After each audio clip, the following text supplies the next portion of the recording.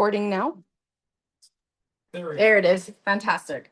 All right. So I did share the outline of everything that we're going to be covering today. So I just wanted to make sure I covered everything right from the start.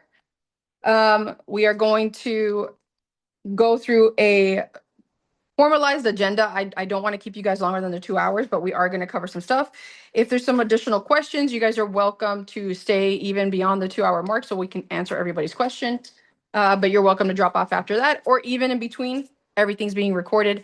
So let's go ahead and kick everything off and then we'll go through the agenda. Hi, guys. Hello, hello. Love, love, love. Welcome, welcome. So today we're going to be covering the SnapCharm system. So we are finally at the point where we're going to start building our collections with our entire system. Like this legit is the goal of this and creating this was so that we can start shifting away from singular pen sales or singular keychain sales and that singular individual mindset to you're a brand, you have a collection, you have designs to get out the door. This is going to help do that and move it along faster because it's got the wow factor that our customers are looking for. And it's creating that FOMO effect, that fear of missing out effect. So if they don't get your design, then they lose out because you're not going to sit there and continue building the exact same collection over and over again. We want that scarcity because that's how brands work. They have scarcity, right? All right. So for today, we're going to cover our collection crafter mindset, the entire SnapCharm system overview, magnet safety, which is important. Even though we're crafting with the 1.0 system, which is the one that everyone has in hand that is here, the 2.0 will be covered. I will be showing you some stuff with the 2.0 so you can actually see it in action and see how easy it is that they interchange and work together. The three main projects we're going to be doing is the magnetic base bead design, the character mount and character assembly, and the character stand customization. So you'll be able to customize your character stands as well to give that, that experience collection to your customers, right? Because this is not just a standard collection. You want them to experience and have that experience of, I have a unique design, or I have this awesome custom design from this amazing collection crafter. We're going to take a quick short break. I know I said 5 minutes. It's about 5 to 7 minutes. So you guys have time to go to the restroom, grab your extra drink, blah, blah, blah. Talking about drinks, honey, can you do me a favor and bring me my water? I drank my coffee already, so it's too late for me on that one. Then we are going to go into the business side. So we're going to talk about packaging, branding, and the collection strategy. I actually have one of my floating display shelves here. So cases, I always call it a shelf, floating display cases. So we can customize it and you guys can see how else you can customize your packaging if you want to go all out with your collections. Then we're going to cover marketing, content creation, social media growth, and then building the collection crafting side of your business. Another short break, and then it's going to be open Q&A, and I'm going to talk a little bit about the future of Chibi Charms, what our roadmap is with the future design stuff that we're doing. If you were on the TikTok live from this past Thursday, you heard that we officially trademarked the name Topkins, which is going to be the name of our custom little chibi line of characters. This is not going to be sold to the general public. This is only going to be licensed and sold to our collection crafters, meaning now's the time to start planning to make yourself an LLC or some kind of protected business so that when you get your hands on these collections, you are an authorized retailer and licensed provider of the Topkins system. So this is not, we're not looking for mass sales with customers. That's for you guys to do, right? We're just arming you with the tools you need so you're no longer having to worry if you're going to get a cease and desist because you're using another licensed character that had no intention of appearing on a bead pen or some kind of collection set, right? So these are going to be specific to that. Now, future-wise, we are going to look at licensing and all that, but we'll talk about that when we get to that point. Let's see here. And so that'll be the full 2 hour process. And one of the things I wanted to mention is if you guys have questions, they will be they will be answered during the project pauses, meaning I'm going to complete the process, showing you step by step what to do. We'll pause for any questions or clarifications, and then we'll move on to the next step.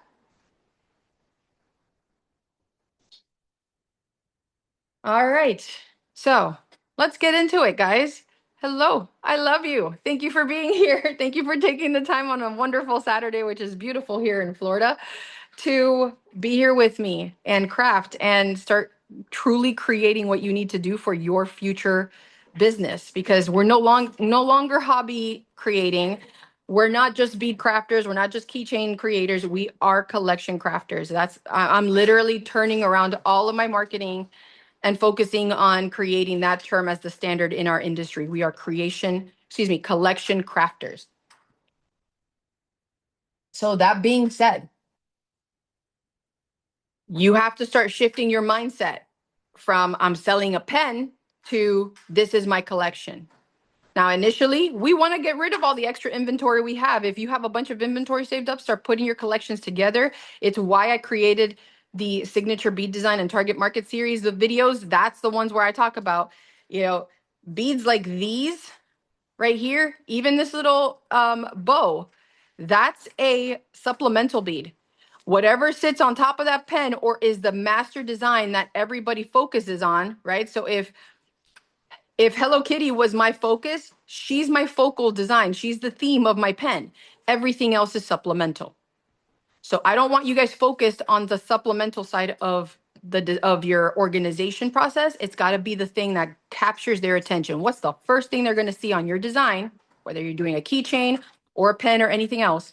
What's the first thing that they're going to see that's going to capture their attention, that's going to say, I want that? Everything else is a nice to have, and they will love it because it complements the design. But what is that thing that captures their attention? That's how you're going to organize your entire inventory pieces. I don't care about the other stuff. I just want to know what collections you have that you're going to start basing your collection crafting on. So for today's project, it is going to be my Summer Kitty series, right? So we're going to go from scratch, building an entire pen set for this entire series on this SnapCharm system.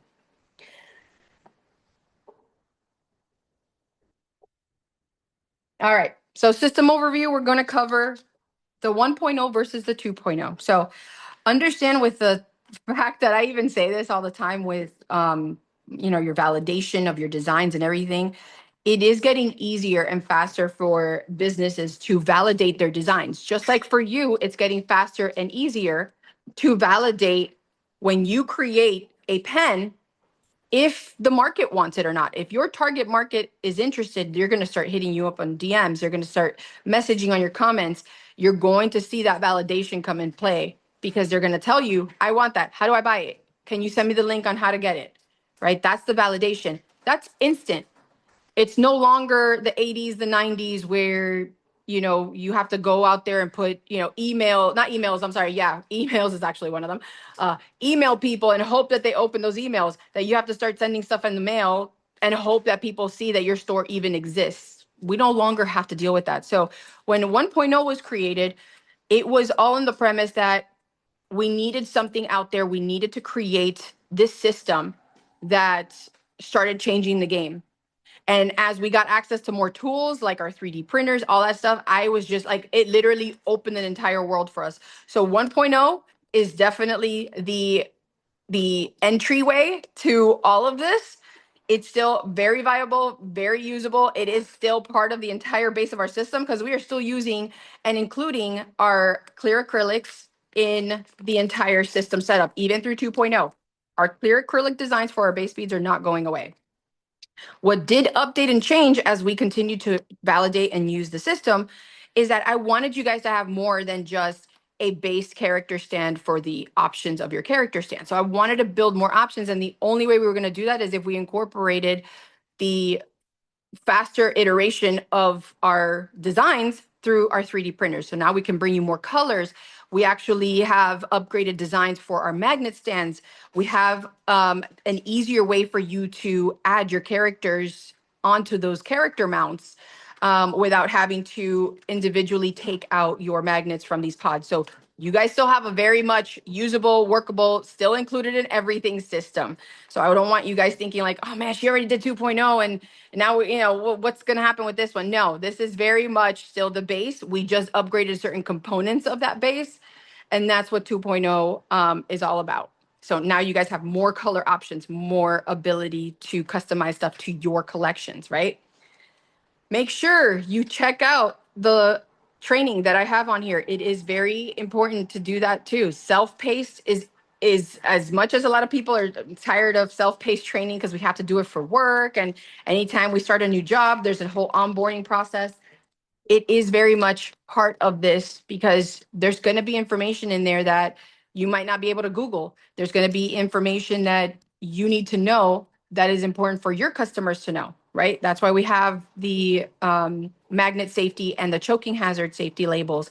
From a bead crafter perspective, you guys should have already been including choking hazard safety standards and labeling for your bead pens. Now it's because we're using magnets, it's important to include that magnet safety as well. So we're going to show you, or I'm going to show you how 1.0 works with 2.0. You can see it still has, it's very, very much an evergreen system. It still works together. And on top of that, how to start customizing your designs with it.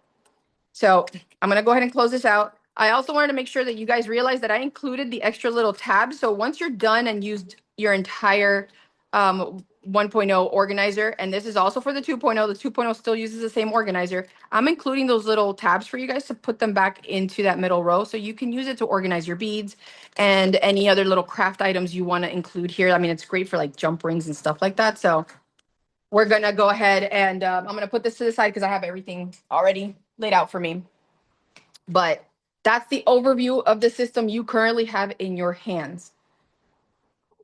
All right. So first things first, like I said, we're going to cover what the systems look like from a 1.0 and a 2.0 perspective. I'm going to pause really quick for any questions. Did we have any questions come up on? Are the 1.0 and the 2.0 the same, or you were just able to go over? Yep, I will. Perfect segue. So 1.0 versus 2.0. So one of the biggest upgrades that we have for the 2.0 is that now you're going to be able to select your base designs. I don't have the base sets yet for the 20 millimeter base beads, but we're going to have that here pretty soon. As a matter of fact, starting on May 26th, we're going to have the ability for you to get the base beads in a 20 millimeter size. I'm not including that as part of the kit. The kits are always going to have the 22, but you're going to be able to get the 20 and 22 version for the expansion kits.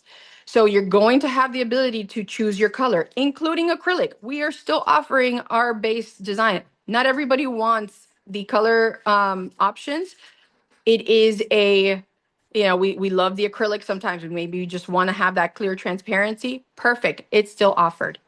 The second upgrade that we have with our designs is going to be, let me go ahead and move these around because they don't stick to each other like that, but I want to make sure you guys are able to see. So we've got our 2022s right here. All right.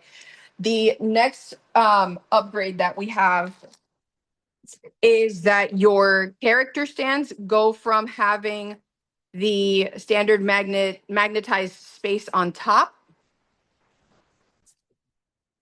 to, once again, you being able to choose. Let me move this one out of the way because I have it in a little kit already. So you can see the comparison. So you can now choose the color of your base. They both have about the same base height because we're removing that magnet strip and embedding the magnet into the base. You now have a flat surface where you can add embellishments if you'd like on the top part. I always ask, be cognizant of your design. If your design is going to assign a character stand to a character you're offering. So for example, if I have this character and this is the character stand that's assigned to it because I'm decorating it and everything for this character, perfect. It's always going to fit If I put rhinestones and stuff here, it doesn't matter. It's going to always fit that. But if you're trying to keep it as generic as possible, I would say focus your designs and your colors on the sides. So if they have, for example, a flat design that would cover up that base, you're not covering up the sides where your design would be, and you're not creating an intrusive part of it so that it can't stick to the base. So I hope that part makes sense. So that's the other big upgrade. These are all, this is all interchangeable. So if I still want to use the 1.0 system, I can. We just have a magnet more centralized to give you the ability to design and do more with the base. So that's the second major upgrade with the 2.0 system. Let's go into the third. So as you're all familiar with, currently your system, the 1.0 system, has the base beads all in little containers because these magnets are very, very strong. But at this point, you're basically using, like you're leveraging the raw design of the system. Well, we added character mount caps to them now, and it's easier now to separate them and move them around, meaning you're able to now just hold the character mount. It's got the color base so it can match your characters better. So if I wanted to use the pink with the My Melody, maybe I leave it that way. I don't need to add any other embellishments, or it becomes a nice pink background for my my creation tape or my sugar rhinestones. If I use a white sugar rhinestone, now I have a pink base that works perfectly well with it, right? Or if I wanted to add rhinestones, I still have a pink background that'll still accentuate the rhinestones without having to add anything to the background of it. Where with the base magnet, I advise using pearl spacers, but you could also use rhinestones. And like I said, my only concern with this part of it is it just became such bulky packaging and such a wasteful packaging than just creating mounts that were easier for you guys to separate if you had to separate them. So that's where that came into play. That's the third upgrade. Now, the biggest upgrade of it all, we continue to do more and more testing with our magnetic system. And we now have the support built in not only to the character mounts, but to the base beads. And that's literally anything that's magnetized, with the exception of the character stands. Those continue to use the same magnetic force as the 1.0 system, only because character stands just need them to stand in place. Like there's nothing, we don't care that they do anything else with them because they're going to stand there and they're going to be on a shelf, for example. They're not sitting there using them actively, writing with them or anything like that on a character stand.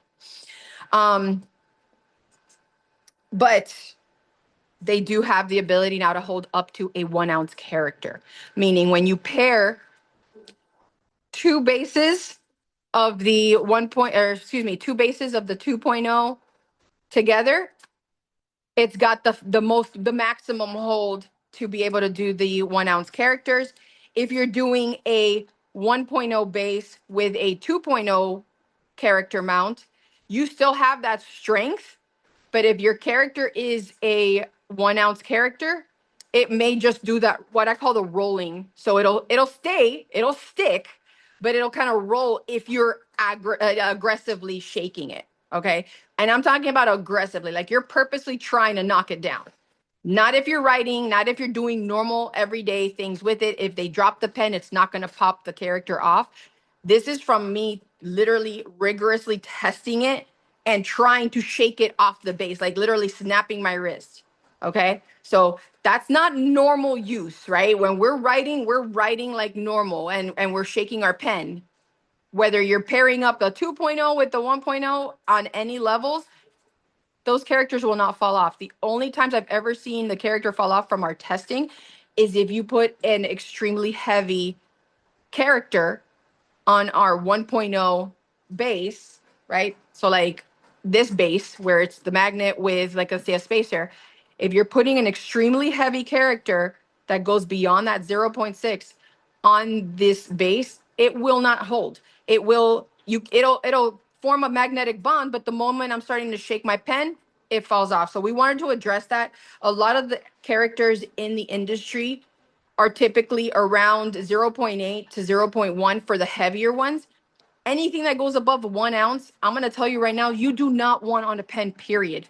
Not because the magnets can't hold it, but guys, you have to understand at the end of the day, your customers need to be able to comfortably write with these pens.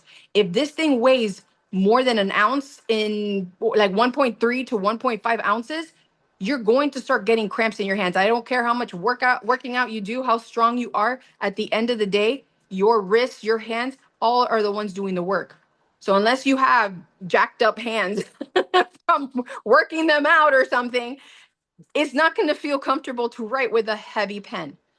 And at the end of the day, I don't know about you guys, but if I'm spending $30 on a pen, even if it's a collection set, I want to be able to write with it. I want to show it off. I want to use it at work or when I'm filling out paperwork out of my doctor's office or actively editing a video if you're using the stylus version and being able to do that without it cramping my hand. So all this to say, I do build with the 2.0, the support for my for those of you who are doing the heavier characters, but there is going to be a limit at a certain point where you just from a character use and excuse me for your customer base, you don't want it to go beyond 1.3 to 1.5 ounces. If you're wondering how you measure that, a simple food scale can tell you, right? Let me move my magnetic base beads. Just turn on that scale and go, you know what? Let me see. Let me measure a character that I got. So Yoshi's a perfect example. Let me measure Yoshi. Yoshi's 0.9 ounces. Okay, let me try to move this so that the glare is not all on this thing, but there you go. Let me see. There you go. He's 0.9 ounces. So he's right there at the threshold of the 1 ounce. So for him, I'm going to go and opt in for the character mounts for that are in place for the 2.0, which he actually has. I ended up doing the raw magnet for him because I wanted this. He was part of my testing, right? For those that purchased the duos with the 1.0 series, if you notice, I actually made it so that they were one of the starts for my 2.0 process. So those have the magnetism built into them. So this is part of that process, right? Where you guys now have to determine, okay, I need to, hold on, I'm gonna take this out so that it measures it correctly here.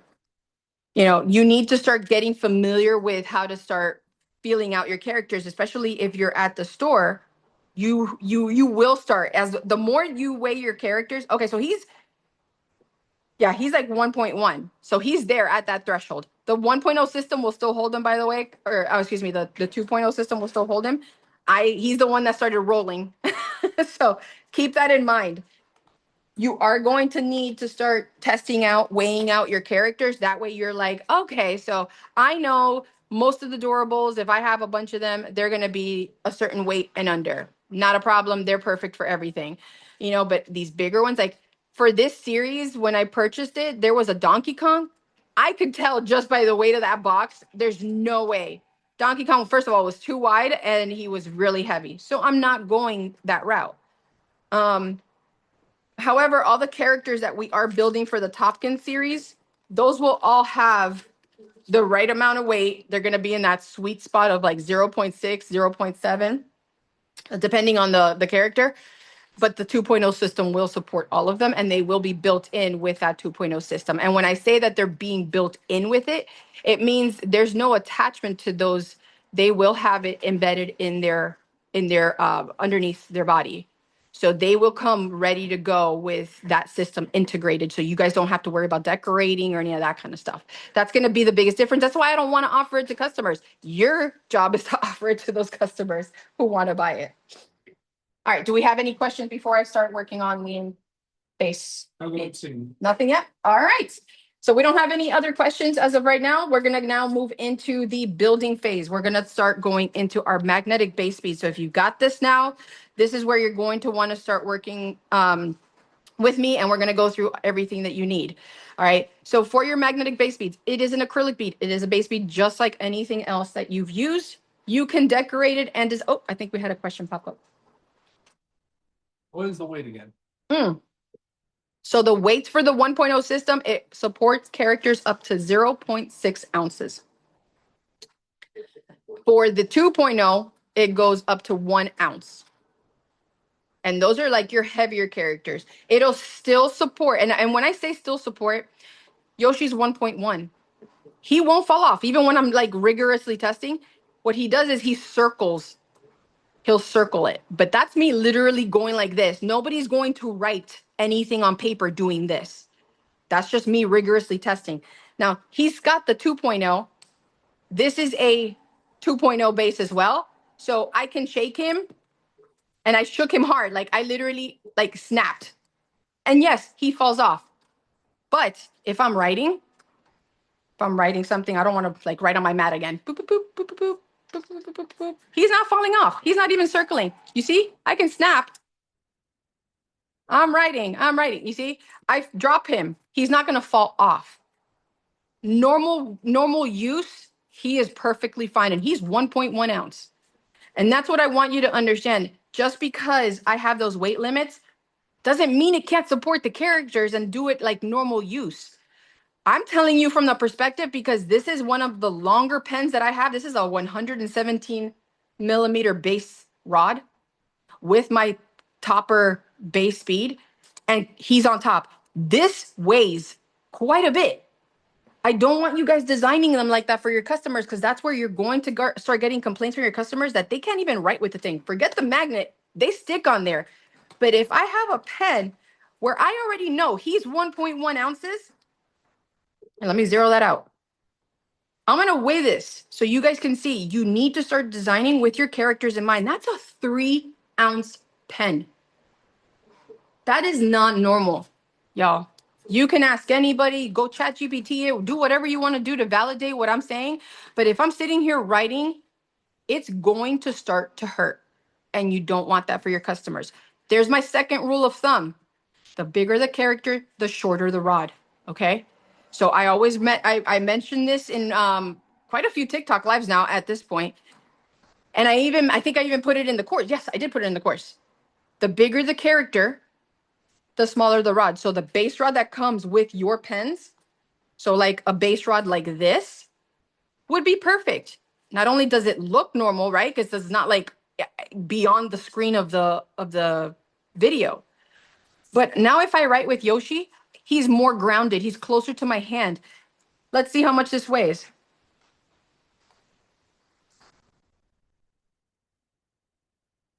Yeah, we dropped 0.6 ounces.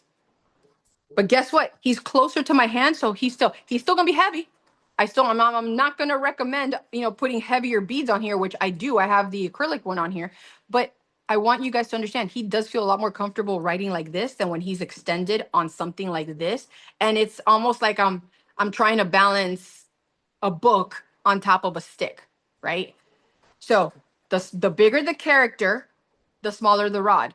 There's the 72 millimeter. You got this one. This is our 97 millimeter, right? This is for your medium-sized characters, almost like the Rainbow Bright, right? And then you've got your 117. And as you can see, that'll be perfect for adorable. Overall, check it out. If I even if I had the thing there, they all align. Let me move this a little bit higher, right? Different bead rod sizes, but they all align. Why? Because at the end of the day, you don't want anything. I'm going to measure it just so you guys can see.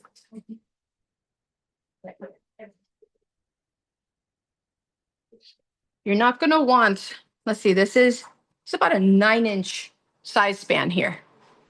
Okay. And I'm telling you, it still feels good. It still feels good in my hand because he's like the weight is closer. It's more balanced. This is a 9-inch pen. Let me measure it. I've seen people do this right here, like these astronomically long pens. There's no way. Let's see here. Oh my God. This is almost a foot-long pen. Are you guys starting to see why a lot of people probably don't repeat buy when pens are so long? And when they're heavy. A lot of these embellishments and these designs that come with the metal alloys, you have to account for those metal beads as well. They are very weighty. The clay is very weighty. So keep that in mind when you guys are designing. The rule of thumb, the bigger the character, the smaller the rod, it just balances everything out. It takes away from that extra weight. And then you got your smaller characters on top of your longer pens. So any other questions have come up? No? Okay, perfect. All right, we're gonna get into designing now. So, and we're going to be covering technical topics like this, guys, throughout. So feel free to ask those questions because they are important. You might ask it and it's, you know, something somebody else had in mind but maybe forgot. Okay. I'm going to turn it this way. Nope. Let's do it this way. I wrote all over the other side. Look, that's the one where I was playing around on TikTok showing you guys and I ended up drawing all over my pad. I have to like alcohol wipe it. All right. So our base magnets, they will not stick to each other. This is another big indicator. What's a base bead? Bases do not stick to each other. Okay. Their intention is to stick to something that is connected to a character mount at any given time. So whether I have this character mount on this bead, you got to be careful. See, this is why I'm wearing gloves because I want to make sure I don't pinch my fingers.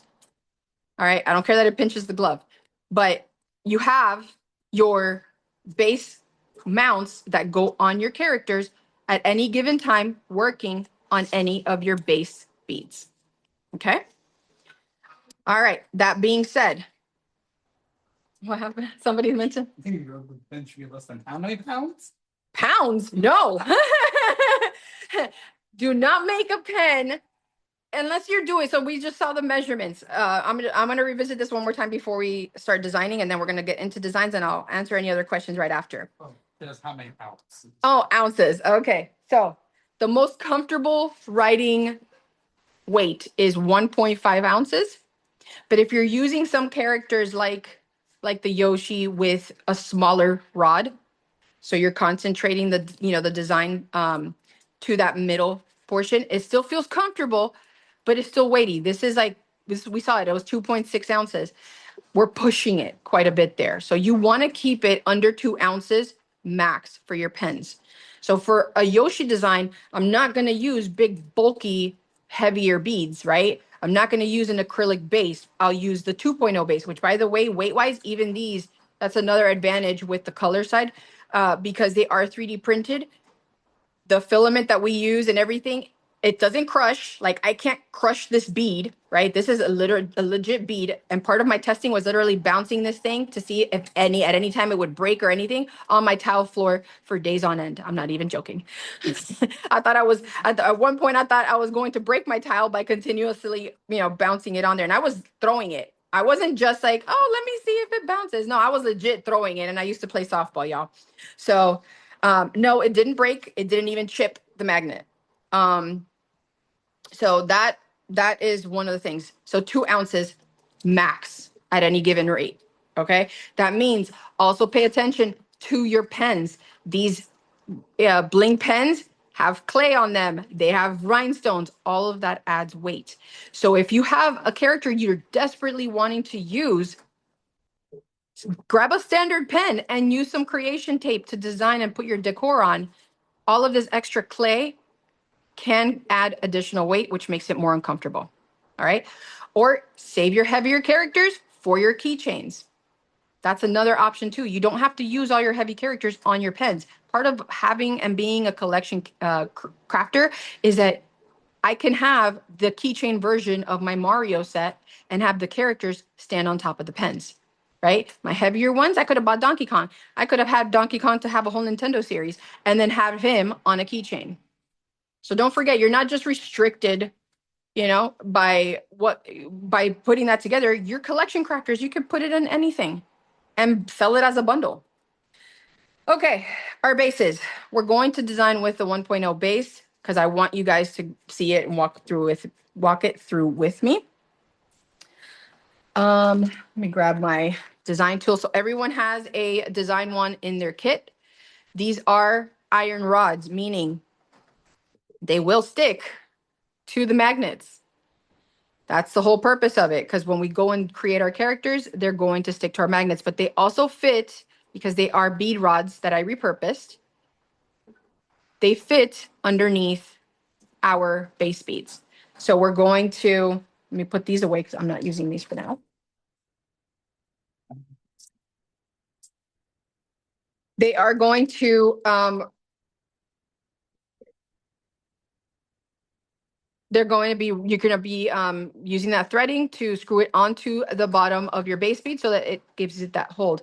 If you have a silicone base from us, or you have your own holder, or even if you don't have a holder, but you can prop it up, if you're needing to prop it up to have the glue hold or do something, there's a flat side. Use that leverage to use it to your advantage, because you're able to lay it flat and it won't be rolling, right?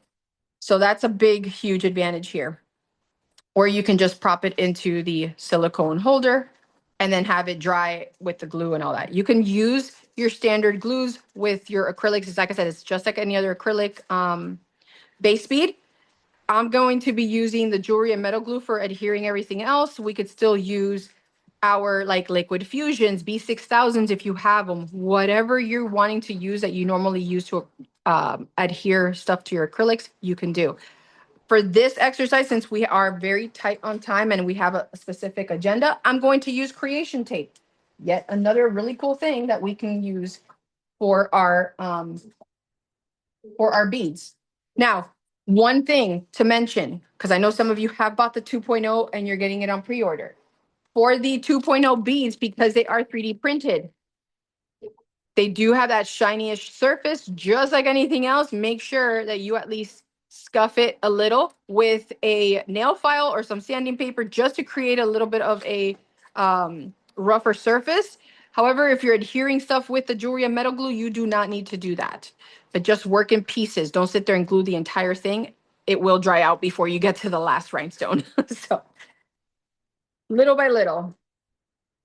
All right. So let's go ahead. I'm going to use creation tape, like I said, for this one.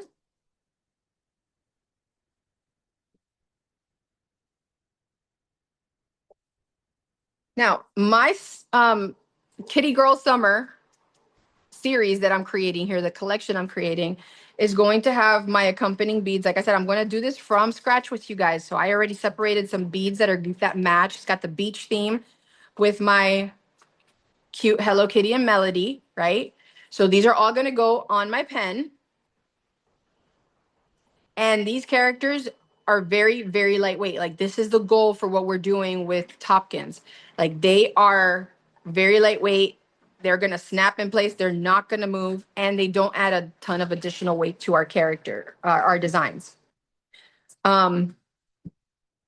So I'm going to add creation tape for this one with the acrylic bead bases. They're perfect because, like I said, creation tape just sticks naturally to it, because it's, even though it's a what is it called? A smooth surface, it's tape. It will adhere perfectly well to it. And then I can just go around and wrap it and everything. If I wanted to use the blank creation tape, I can do that too.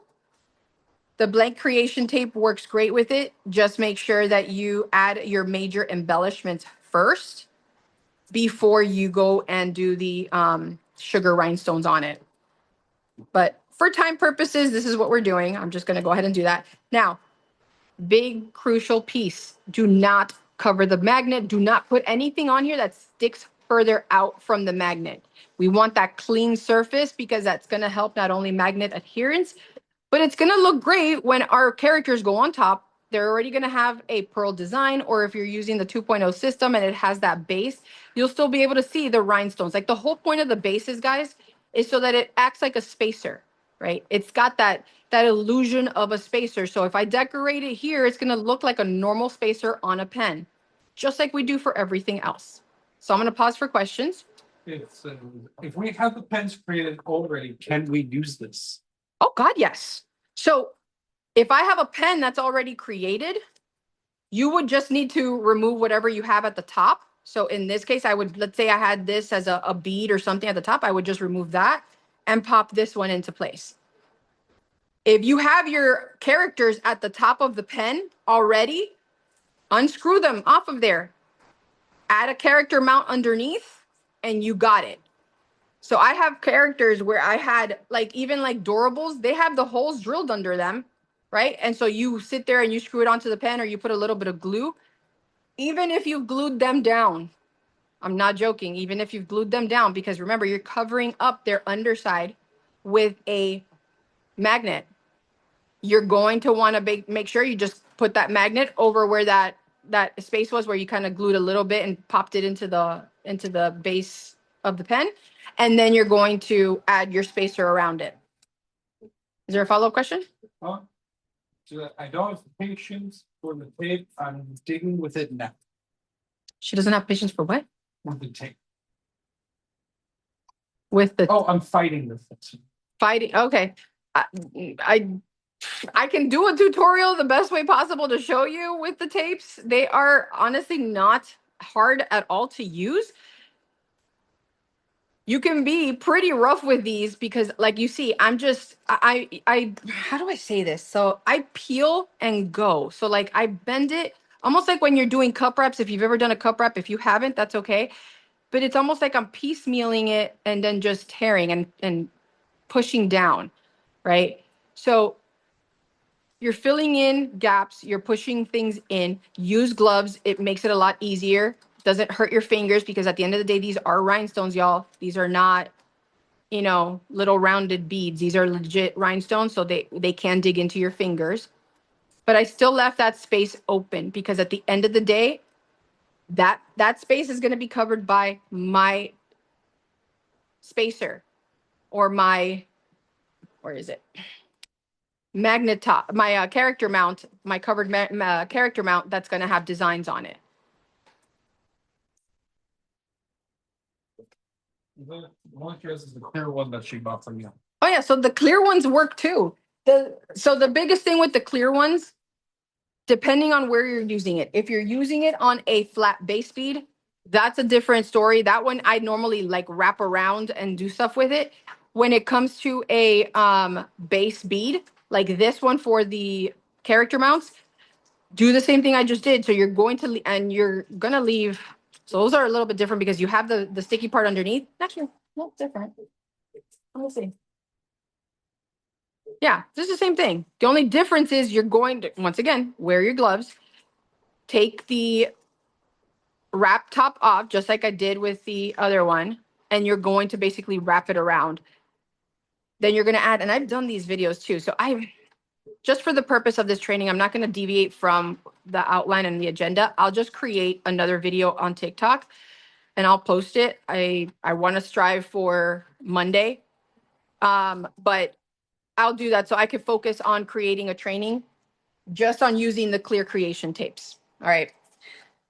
So once you've designed the base bead with your acrylic side, you guys can do whatever design you want. You can add, like I said, adhere crystals, add sugar rhinestones. For the purpose of this, I'm just using this particular, I'm going to use this particular creation tape. We're ready to go. I can go ahead and unscrew it from my pen, or excuse me, my design one, and then I can go and start building my pen. So I pre-designed what I wanted for time purposes. I have my spacers, all my cute designs for my summer theme, right? Very like under the sea jewels type thing.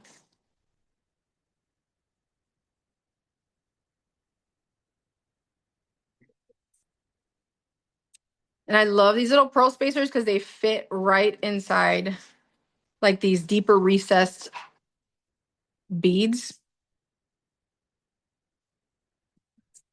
Now, kudo points for the person who can tell me what I've done wrong or what I'm missing. Tell me what they say. See, kudo points for who can tell me if I were to close this up right now, What would be wrong with this design? Anybody? Nothing? Missing a spacer. Nope. No spacer. Your charm. Very good, Lucy. Yes. I have said it over and over again to you guys on the TikTok videos. You need to start branding your work. So we are going to do that together. Woo-hoo! There it is. So the way I do it is I get those little charms that I've shown you guys on, I bought them on Amazon, right? I have my logo on the front. I think the next time I do them, I'm going to do the rounded one because I love the heart, but my logo is designed to have like that rounded design so that it fits better and it'll take up more room. And then I have my established date when I officially became Chibi Charms and I was no longer Hello Keycaps, which was which was the initial start of the business with my little fidgets. So Lucy, congratulations. I appreciate it. Thank you so much for being awesome and knowing that your branding has to stick from now on. I'm gonna go ahead and separate my design here so I can show you where I normally place my branding so that it's not intrusive and looks like it's part of the design. All right. I normally use a bail bead. I try to get them as thin as possible so that they fit without being intrusive. You want a jump ring that matches the color of your bail bead and of your charm, right? And then you're gonna close that up. Let me grab my tools. And this is all you need. You don't need it to hang down lower. You don't need it to sit there and, be out of the way. You just want it nice and, cute, charm, little dangly, part of my entire branding process, okay? It doesn't have to be intrusive. And when you place it on your design, lay it down. So you want to lay it like, have it hang first, right? If your logo is sticking out, then you know that your bail bead, it has to go in. Oh, sorry, I need to get closer this way. It needs to go in this way. So when I hang it and I'm dangling it, which way is it going, right? So there, I can see my logo sticks out. So this is the way that I want my bail bead to be. So there's two ways I do it. I either do it closer to the bottom, right above a very decorative bead, and then I cover it up with my spacer. Or if I know that if I have a bulkier spacer like this one, I do my spacer first. I put this over it. I double check, right? I double check that my logo is still facing out. And then I add the next part of my design. So I can do my, what's that called? My pearl bead. Where's my other one? My supporting design, because you guys would think that's the focal. That's not the focal. That's just a supporting design for my beach theme, right? So I tell you, when you're organizing, do it by your character themes. What's the thing that's going to make your customers want to buy your pens? You can see it's coming together. There's my design. There's my branding. All right. And voila, I'm done. I leave the space on top for my SnapCharm base. You can screw it on. You don't have to glue it down. Only reason I'm saying don't glue it down just yet, in case you decide later, like as you're designing and putting things together, you may or may not want to take something out. Maybe something looks off. You haven't completely glued it down just yet, but it's strong there. Like I can sit here, I can use it. It's not going to pop off or anything like that. It's ready for me to start working and designing. So that part's done. Once this part is done, now we're moving on to the next one. So I'm going to break for a couple of questions and then we're going to go right into creating our character mounts or creating our characters for our mounts. So questions, pause. Any questions that come up? No questions? No? All right. So now we're going to move into our characters. So we have for our theme, our beach theme, it's our kitty girl summer, right? You can see the pen goes perfect with it. They've got the summer glasses, the ice cream. I got my little Sand dollars, all of the cute little things here. Sand dollars, right? That's a starfish. Oh, a starfish. Oh my goodness. Look at that. Not only am I bad with euphemisms, but animal recognition. Sand dollars where it's a circle. That's right. That's right. Side. Mm, that's what I was confusing. That's okay. That's why I have you, honey. All right. So let's create our characters. Now, for this one, I am going to use the 2.0 mount to show you the ease of use for both. So the character mounts for the 2.0, like I said, it's got the bigger base. So it's got the heavier magnetic connection. And then we have our 1.0, which is quite literally the raw magnet itself. And it's all separated by those little pods. All right. You can pop a pod out of your kit, open it up. You can hold the magnet in your hand. It's not going to affect you or anything like that. I just don't like them stuck together in a row because when I tell you, both hubby and I have calluses on our fingers from separating these things, it's pretty bad. And so on here, the way we design these is you have a dot or a little indicator, pink indicator on these to indicate the part where your design rod should be touching. And the reason that happens is it's magnetized. So the part where the dot is, that's what's going to go connected to the top of the base bead.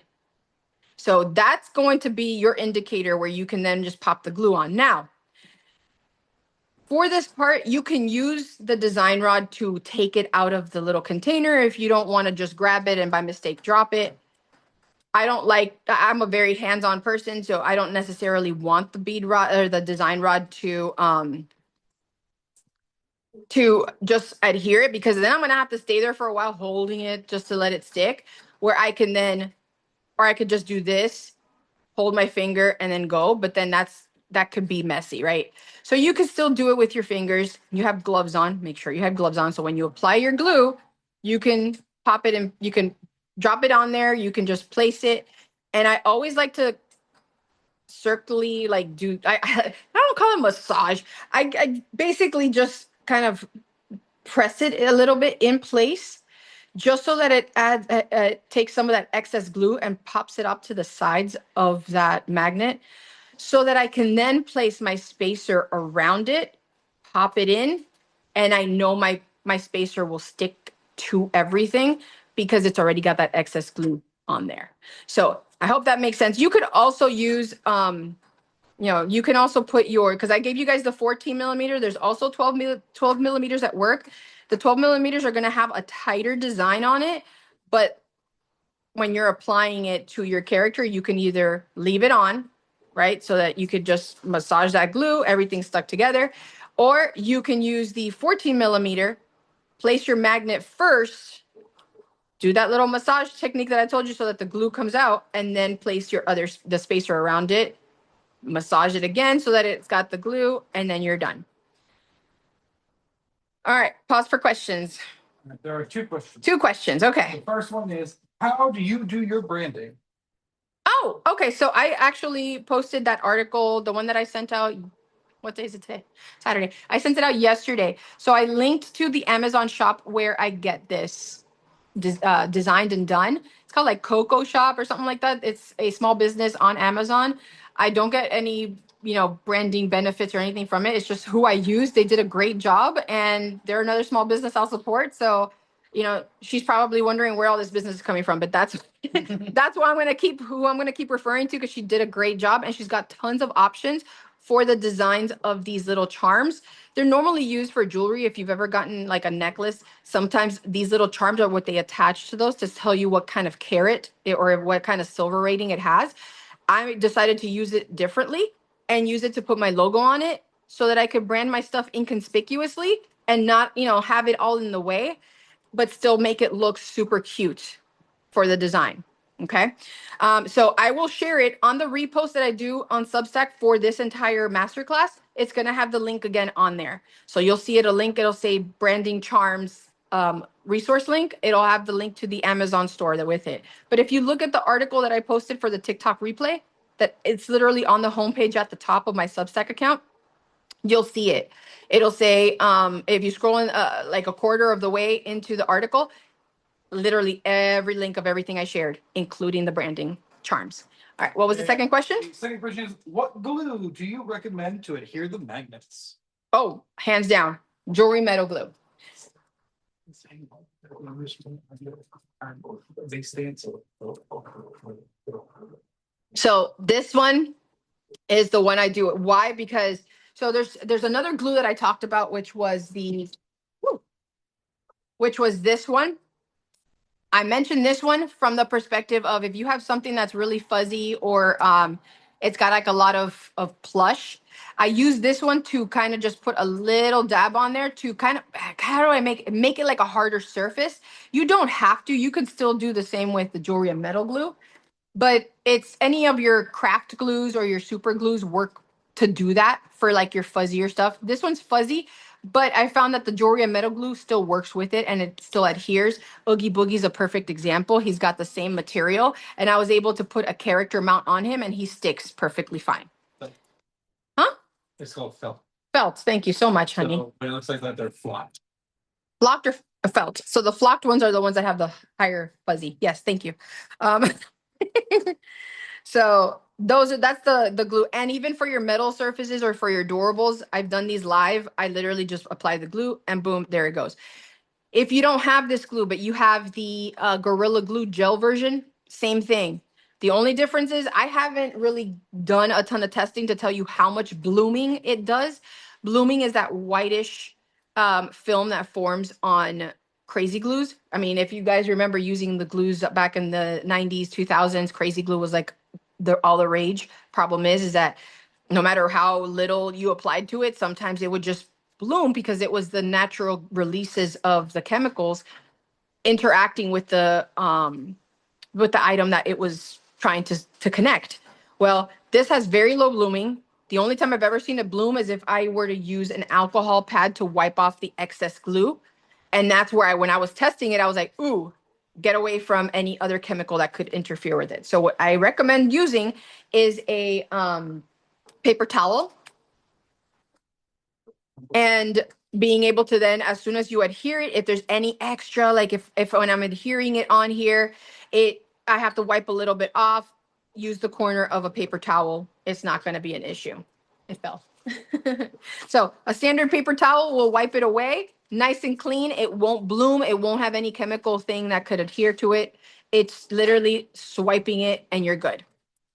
And obviously, if you're using the 1.0 system, because it's like literally raw on there, you're just going to want to, dab it. Don't go crazy with it. I would do the dabbing and the cleaning after you've added the spacer because the spacer is like a nice little border to then hold the magnet in place, but you can then wipe, right? The 2.0 is because it already has that cover, you're just literally popping it on and you're done. There's no real excess that's going to get on the top of the magnet because it's already embedded into the character mount. Okay. So let's start adhering this. Jewelry and metal glue. We do have that in our shop. And for those of you in my insider group, they got to see it. We are the lowest price right now, and even on Amazon. It's so funny because I was teaching them how our Shopify sites now have the ability to have our products shown on things like ChatGPT or Microsoft Copilot. And I did a search and I said, where can I buy Aline's glue? And it literally showed Chibi Charms and it said lowest price. And it was comparing Walmart and Amazon and everything. And I'm like, hey, that's awesome. I like to see that. So there you go. So a dab goes a long way. You can see this is why I love the jewelry glue. Just put a little dab on there. You don't have to put a ton. And because it's gel glue, it's not running away. So yeah, I have it available on my website. So if you go to chibicharms.com or if you're on TikTok or anything like that, you click the link in my bio, it'll take you there. You can type in Aline's and it'll bring everything. I also have it on the category as an adhesive.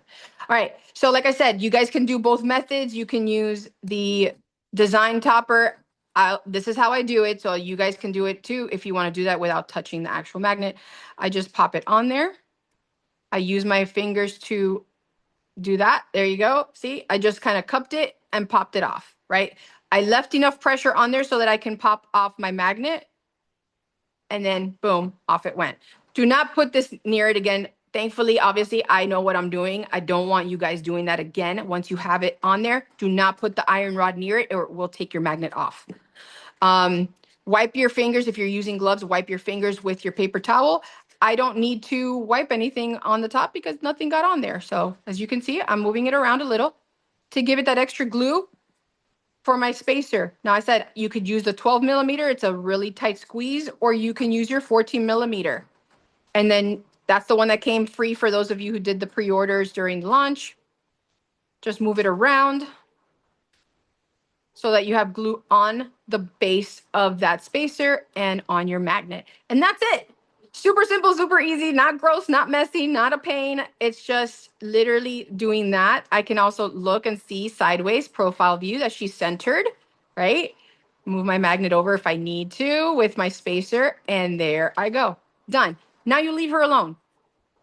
Ideally, leave her alone for 24 hours. That's the cure time for these. It gives it the most ultimate maximum hold without it being disturbed. It's not going to have issues. Do not get it near any other magnetic thing. As a matter of fact, if you have our silicone holder, that's another great use for it. That's what I've done for myself. These have movable spacers. So I can push my character in there and have the silicone hold her in place and move her off to the side without touching any other magnet. All right, we're going to pause to take a question. Yep, there's a couple things. One is, what do you use the clear tacky glue for? So the clear tacky glue is for your porous surfaces. So if you have your beads where you have, let me show you really quick. I'm going to pause. So this clear tacky gel works great for your porous surfaces. I've used it even on acrylic beads, but you need to go ahead and create that rough surface so that it gives it that max adherence. So you can still use it on your acrylics. But things like your fabrics, if you wanted to, oh God, here's a perfect example. Where is it? I had it up here. Right there. It's here it is, found it. So if you have like these little fuzzies and you wanted to add your gems to them, make sure if you're using the tacky glue, you scratch the back of the gems just so that that surface has the rougher surface. But it works on porous surfaces like these fuzzies. So now you can add gems to your fuzzy balls. You're not, creating, just having like plain old fuzzies. You can add rhinestones to them. You can do a bunch of stuff. I added our little Mickey ears to this one so that it created a really cool effect with the crystals on the fuzzies. And it's a custom design because nobody else has it. Yeah, this glue is the key glue for this system, just because we know the hold it has. You've seen the hold it has on rhinestones that are on silicone beads. It's impact resistant, but I love that it works on every type of surface, including metals. Okay, so let's continue here because it's already 3:04 and we're about to go into a break mode. So we're gonna glue Hello Kitty herself.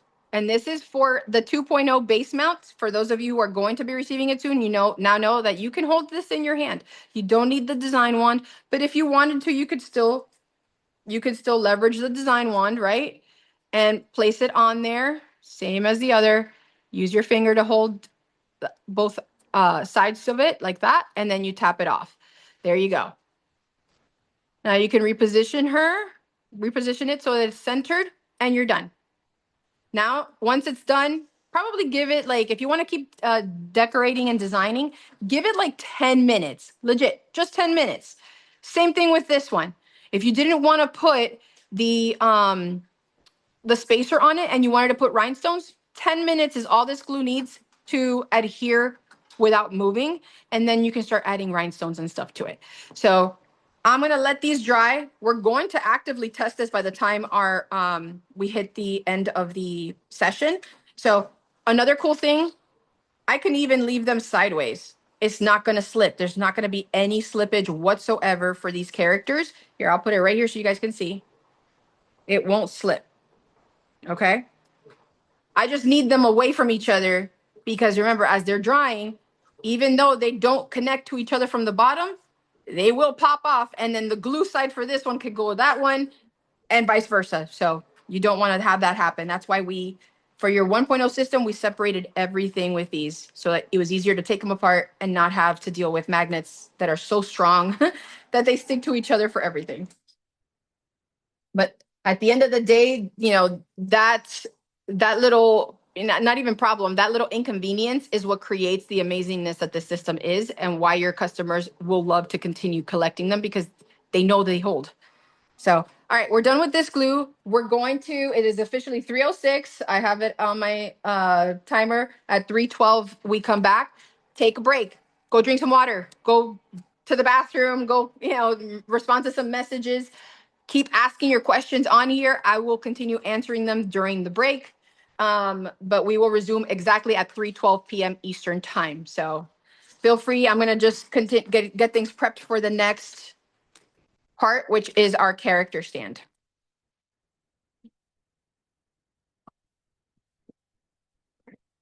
If any questions pop up, let me know. I'm going to go to the restroom real quick.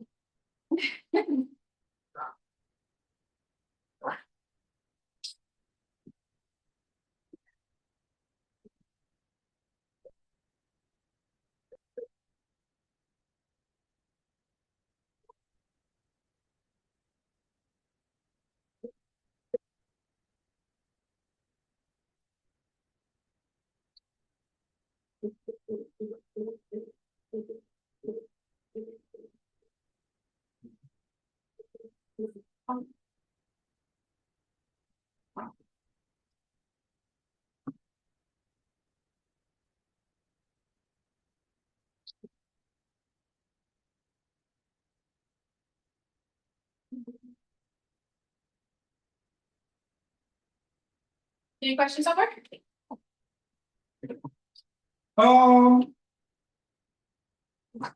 There have been some comments, and some of them I appreciate, which is them from the Vito's moderator. And then somebody did not recommend the B7000. Oh, yeah. Their magnet got hot. Their what? Their magnet got hot, meaning it had a chemical reaction. Oh. Which not ideal for any sort of situation. No. Yeah, if your glue is having a magnetic reaction, I wholeheartedly go with the jewelry and metal glue. I always say use what you have, but in this case, if you've tested it with the B7000 and it starts making the magnet hot, that's not a good chemical reaction for it. So thank you for who, because I'm going to credit that person for letting me know. That will be Jessica. Jessica, thank you, Jessica. I appreciate it. I'm going to go ahead and make sure I update our notes to say that to include, not to use the B7000 type glues. I don't generally like using that glue, period. Number one, from my experience designing with it, it is very like I'm spending more time fixing, if I have a bead, I'm like fixing it and putting it back because it doesn't get tacky like it should. And it just takes forever and a day. So I want something that'll give me a good hold. Liquid Fusion is great for that. It's very low, it's low odor. And I love the fact that I've had followers that told me that Liquid Fusion for them has been a godsend because they might have medical issues, and B7000s, those kind of glues emit odors, toxic odors that are not good for their health. So those epoxy epoxy based two-part systems normally. The B7000 is not a two-part system. It's just it's a very industrialized glue. It is. It is. It was meant for industrial, commercial type purposes. Yes, exactly. So it uses a lot of similar chemicals in it, even though it's not a two-part that you have to. Yeah. All right, 2 more minutes before the break ends. Drink some more water.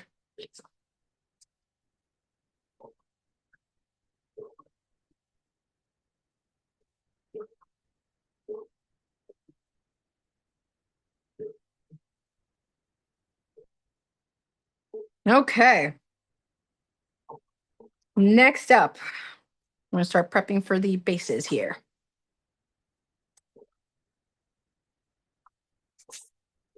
I have my little rhinestones for my bases. Huh? Are those the new ones you have? These? I thought you just got those yellow. No. Mm-mm. Oh, I got you something. No. So it's my kitty girl summer, so I have the yellow with the pink. But I'm gonna show them how to design and use the bases, like how they can design and what they can do with the bases. All right, let me grab my blue or my gloves. The second. Mm-hmm. Really know that later. Yeah.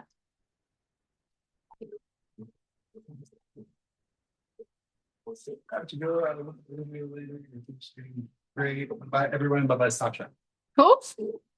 Just got to log off. Oh, gotcha. All right, Jessica, I'll see you later.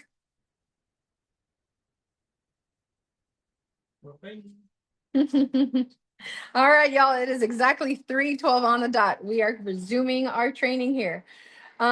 Next up, we're going to focus on character stands. So this is the third part of your kit. This is what will complete what you offer your customers. So you have your base pen, we have the base design ready to go. There's our topper or our magnetic base bead. That's the literal SnapCharm patent pending system, or part of it.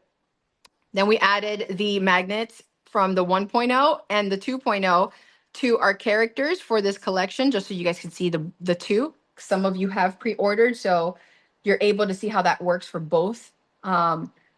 And just from a installation perspective process, you'll see that. And now we're moving on to the character stands. So we have our 1.0 character stand, which has a full-on magnetic base. What that means is no matter where on this part, it's like a double-sided magnet thing. I want you to imagine like it sticks to the parts that attract it the most, so that if there's another magnet or something that doesn't have that polarity in place, it's like a multiple polarity, right? It'll stick to it. I loved having that flexibility, but at the end of the day, we have the same polarity for all of our characters. So at any given time, we're going to have the magnet facing the same way on the base. So there's no reason for me to have wasted all that space on a bigger magnet side to give you guys the ability to have more decor room on here, right? Based on the character. I also wanted to have a base that looked a lot better than just having a plain black, design. Some of you like the lighter colors, or you want to, have a red base with, or a red, green, and blue base, let's say, with a rainbow bright design, for example. So I wanted to make sure you guys have the ability to interchange and craft with your bases. So that's the two differences with these. Also, the magnet that's inside the actual system is aligned to grab onto the character and always keep that centered based on the design. So if you're making, let's say if I was making this as the permanent base character stand, I should say, for Rainbow Bright, I have literally all of this area to to decorate. I could even put some, like, if you guys are into decadent or any of those kind of things, you can start decorating all of that, and then that becomes the permanent spot for her as a character on the stand. So there's that. You can also look at using like UV DTF stickers if you wanted to, just keeping in mind that if you put the entire sticker on here, it's going to constantly have a magnetic character on it. So if somebody rubs it or stuff like that, it may affect the design. If it doesn't, you guys are more than welcome to use that. But using a UV DTF sticker on these, another great way to get that design in place. All right, so let's get into it. I found some cute matching, not matching, what's that called? Some cute complementary rhinestones for my kitty girl summer design. And so those are the two designs that I'm going to use. I'm going to get my little rhinestone tray out. I'm going to just throw a few of them on here. I don't need a ton because I just want to have some stuff, because we're going to decorate the bases, and I'll show you what they look like, the 1.0 versus the 2.0.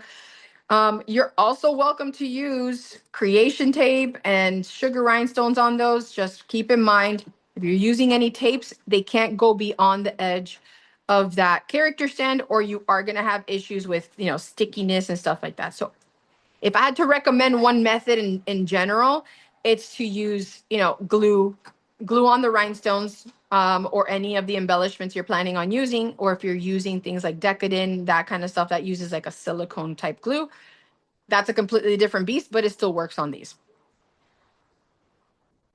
All right. So let me get my wax pen. I'm using a wax pen for the rhinestones just to be able to do stuff with them.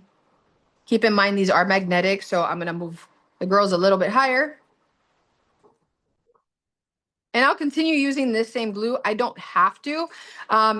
Realistically, I could, with this design, even with this one, I could use rhinestone gel to make the curing quicker. As a matter of fact, that's a challenge. I'm going to show you guys some other ways to use this stuff. I can go ahead and use rhinestone glue to decorate my designs. The cool thing about rhinestone glues, they can be wiped away. They don't permanently adhere until you add a UV glue, or excuse me, a UV light to them. I like the ones with the nozzles, especially the plastic ones, because they don't stick to our magnets. You okay? I was thinking the camera shakes so much. Me, I'm like doing this. Sorry.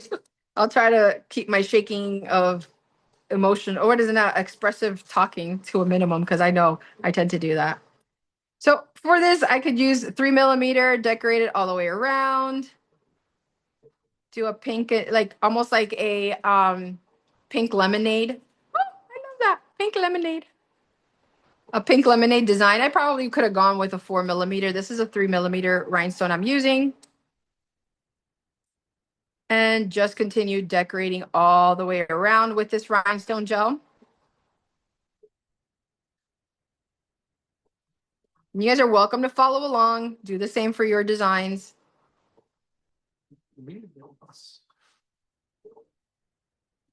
Huh? There's somebody has a question? The pink lemonade thing that I said? Well, it does sound good.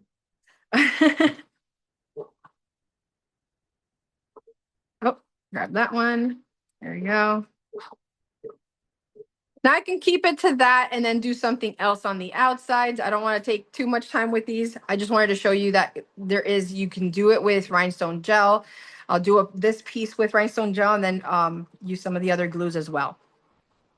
Where's my cover? Always cover your glues back up, especially with UV gels.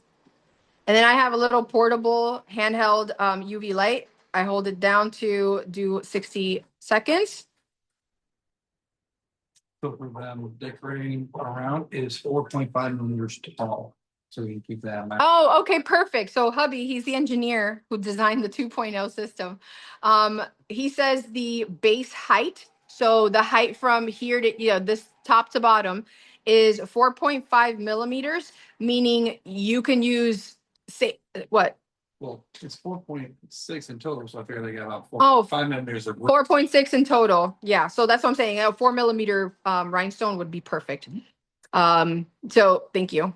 So yeah, 4mm rhinestone would be ideal just because it would fit. It would take up the most room. 5mm would be way too much. So you can use 3 to 4mm.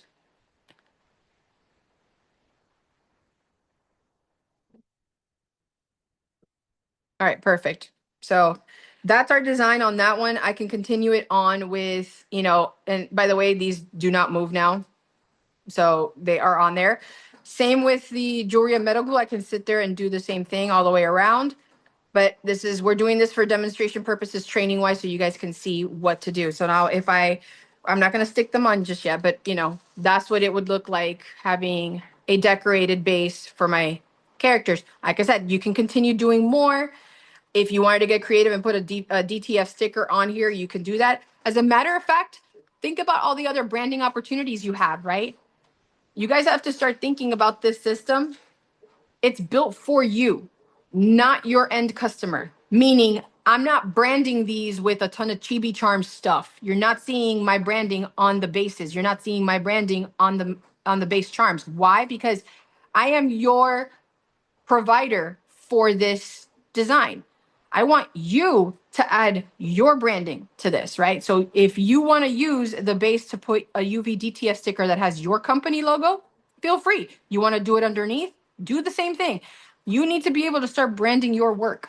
And if you created that base, put your brand design on it. Do not hesitate to do that. That is why I didn't stick my name on all of this stuff on here. It's so that you have the ability to create work of your own and know that you have a supplier that wants to make sure you get credit for the designs that you do. Okay. So we're going to leave that one off to the side so that we have it ready for our character. Next up, we have the 1.0 system. For this one, you're welcome to use the rhinestone gel, but we're going to test it, or not test it, but we're going to use the jewelry glue so you can see. Now, this one has a higher height to it. So this one, I could definitely leverage my 5mm. So you guys can use your 5mm rhinestones to these. Let me grab some. Let me see what I have in my yellow too. Look, the big one. No, I have it in silver. I could do silver and pink. So I have my 5mm ones here, silver and pink. So that's what we're gonna do for this base for our kitty girl summer. All right. So for your 1.0 base, you can, as you can see, the 5mm will reach. It'll give it that same amount of room. You want to go a max of 4mm on the 2.0. Now, as you can see, let me put the pink one on there. Because that base is darker, it brings down, like it tones down the colors that would spark between behind a lighter base. So if you want like more romantic-y, bolder design, that's perfect for this. If you want it more lighter in base so that it pops those pastels, that's where you need a lighter base. So for like Christmas designs and things like that, the bolder bases, you want your darker colors so that they can make like your dark greens and your dark reds pop. If you want something that makes your pastels pop, you're going to want a lighter background design. So like the whites, the pinks, the yeah, it's silver next. There we go. So I'll leave it there so you can see that. This looks very punk rock. Not so much kitty girl summer, but more punk rock. This would be awesome for like so like for my little unicorn guy here. Look at him. Look how badass he looks. He's like, rock and roll, dudes. Look at that. He's so adorable. All right. Is he from Hercules? Fantasia. Fantasia. That's right.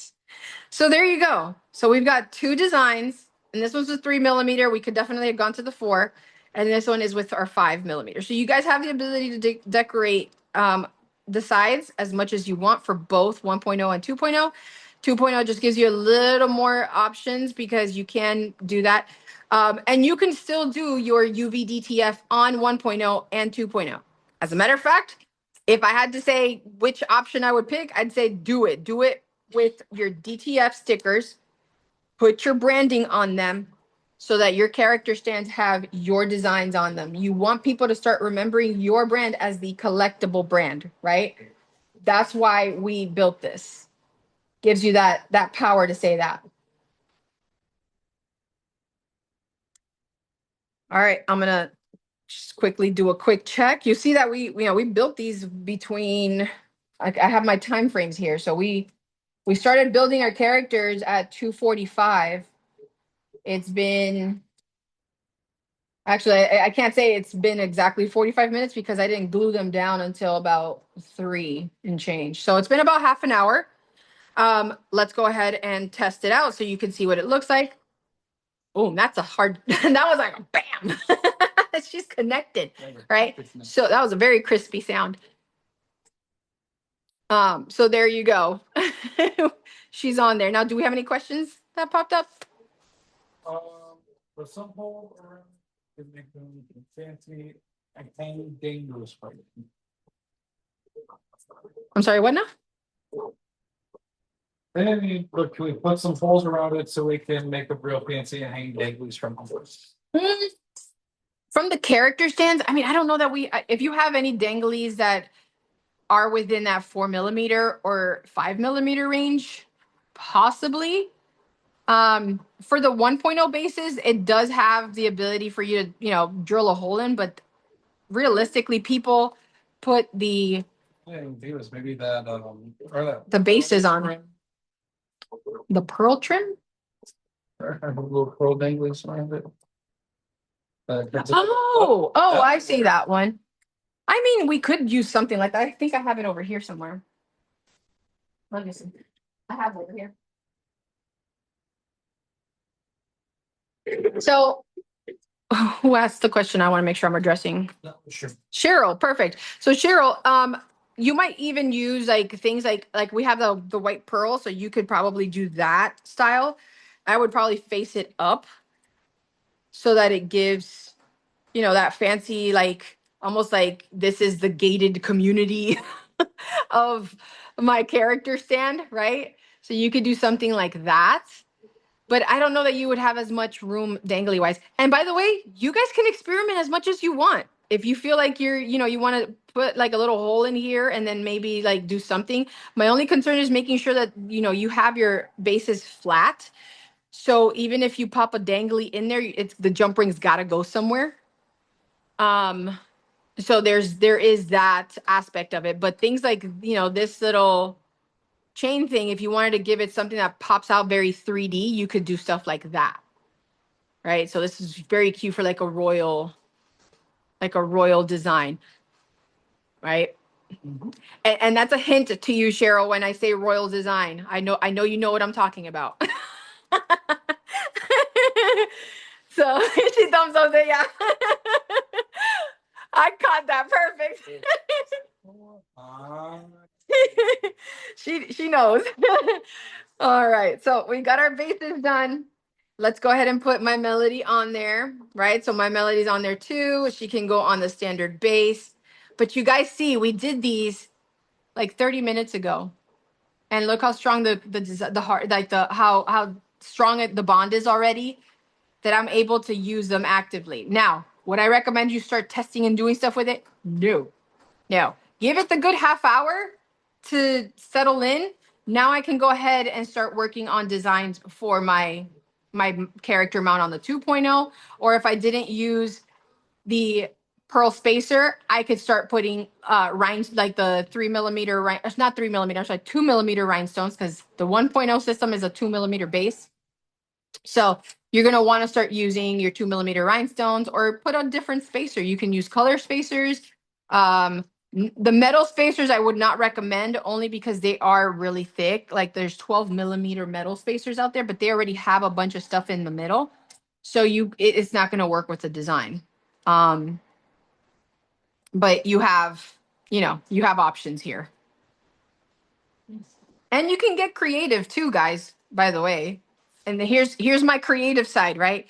If you want to have a spacer underneath, 1 second.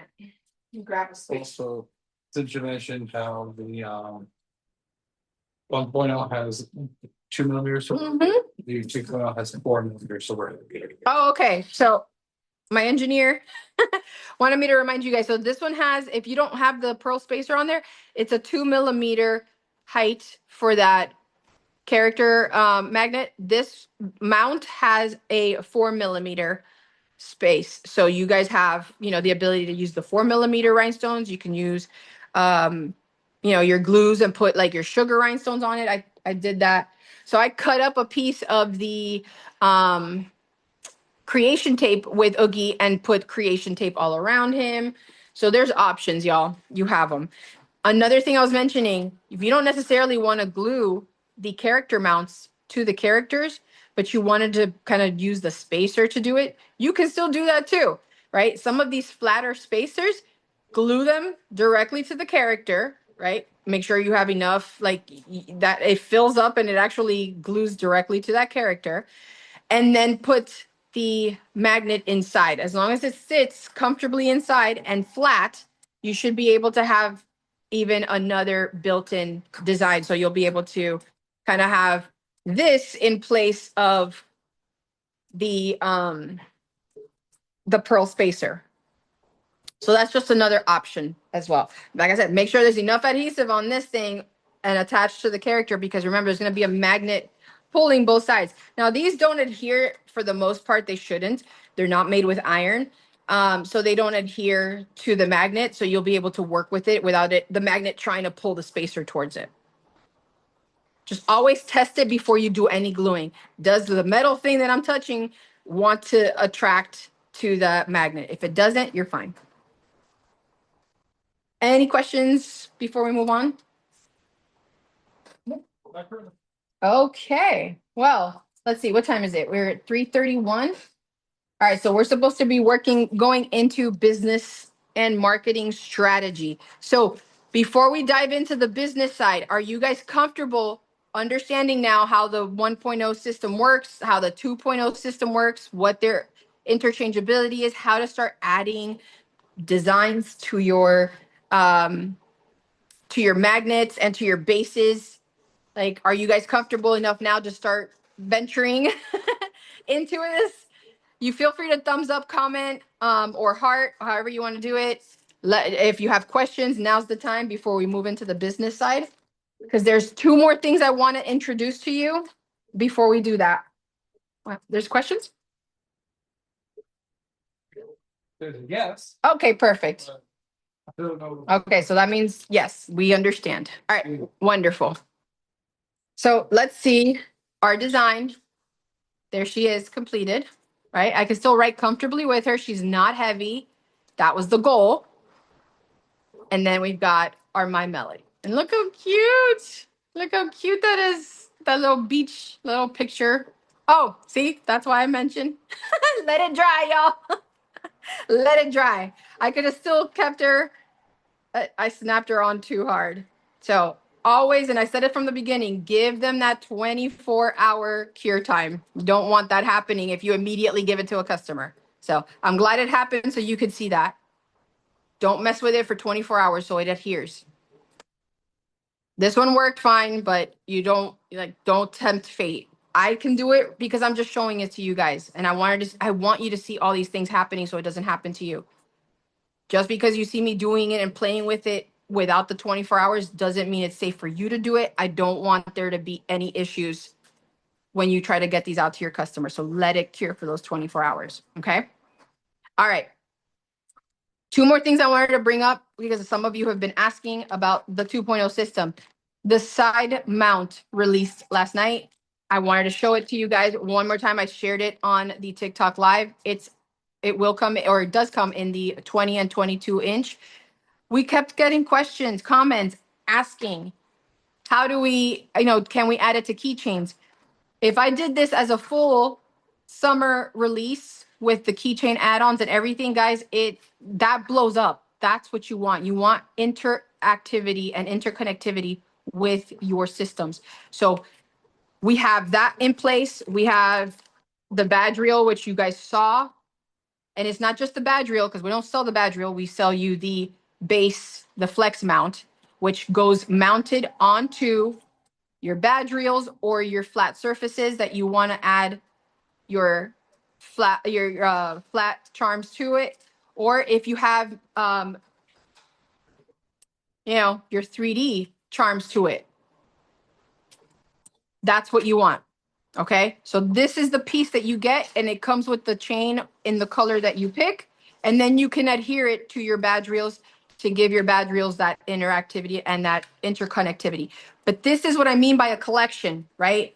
Look, right there. I have a full-on collection. Oh my God, I keep messing with my Melody. Let me stop with her. She needs to finish drawing. She needs to finish drawing, right? All right, there. So I want a full-on system in place for my kitty girl summer. I can do that. That's what people want. They want that interconnectivity, that collection, that collectability. That's what they want. And that's what you need to sell them, right?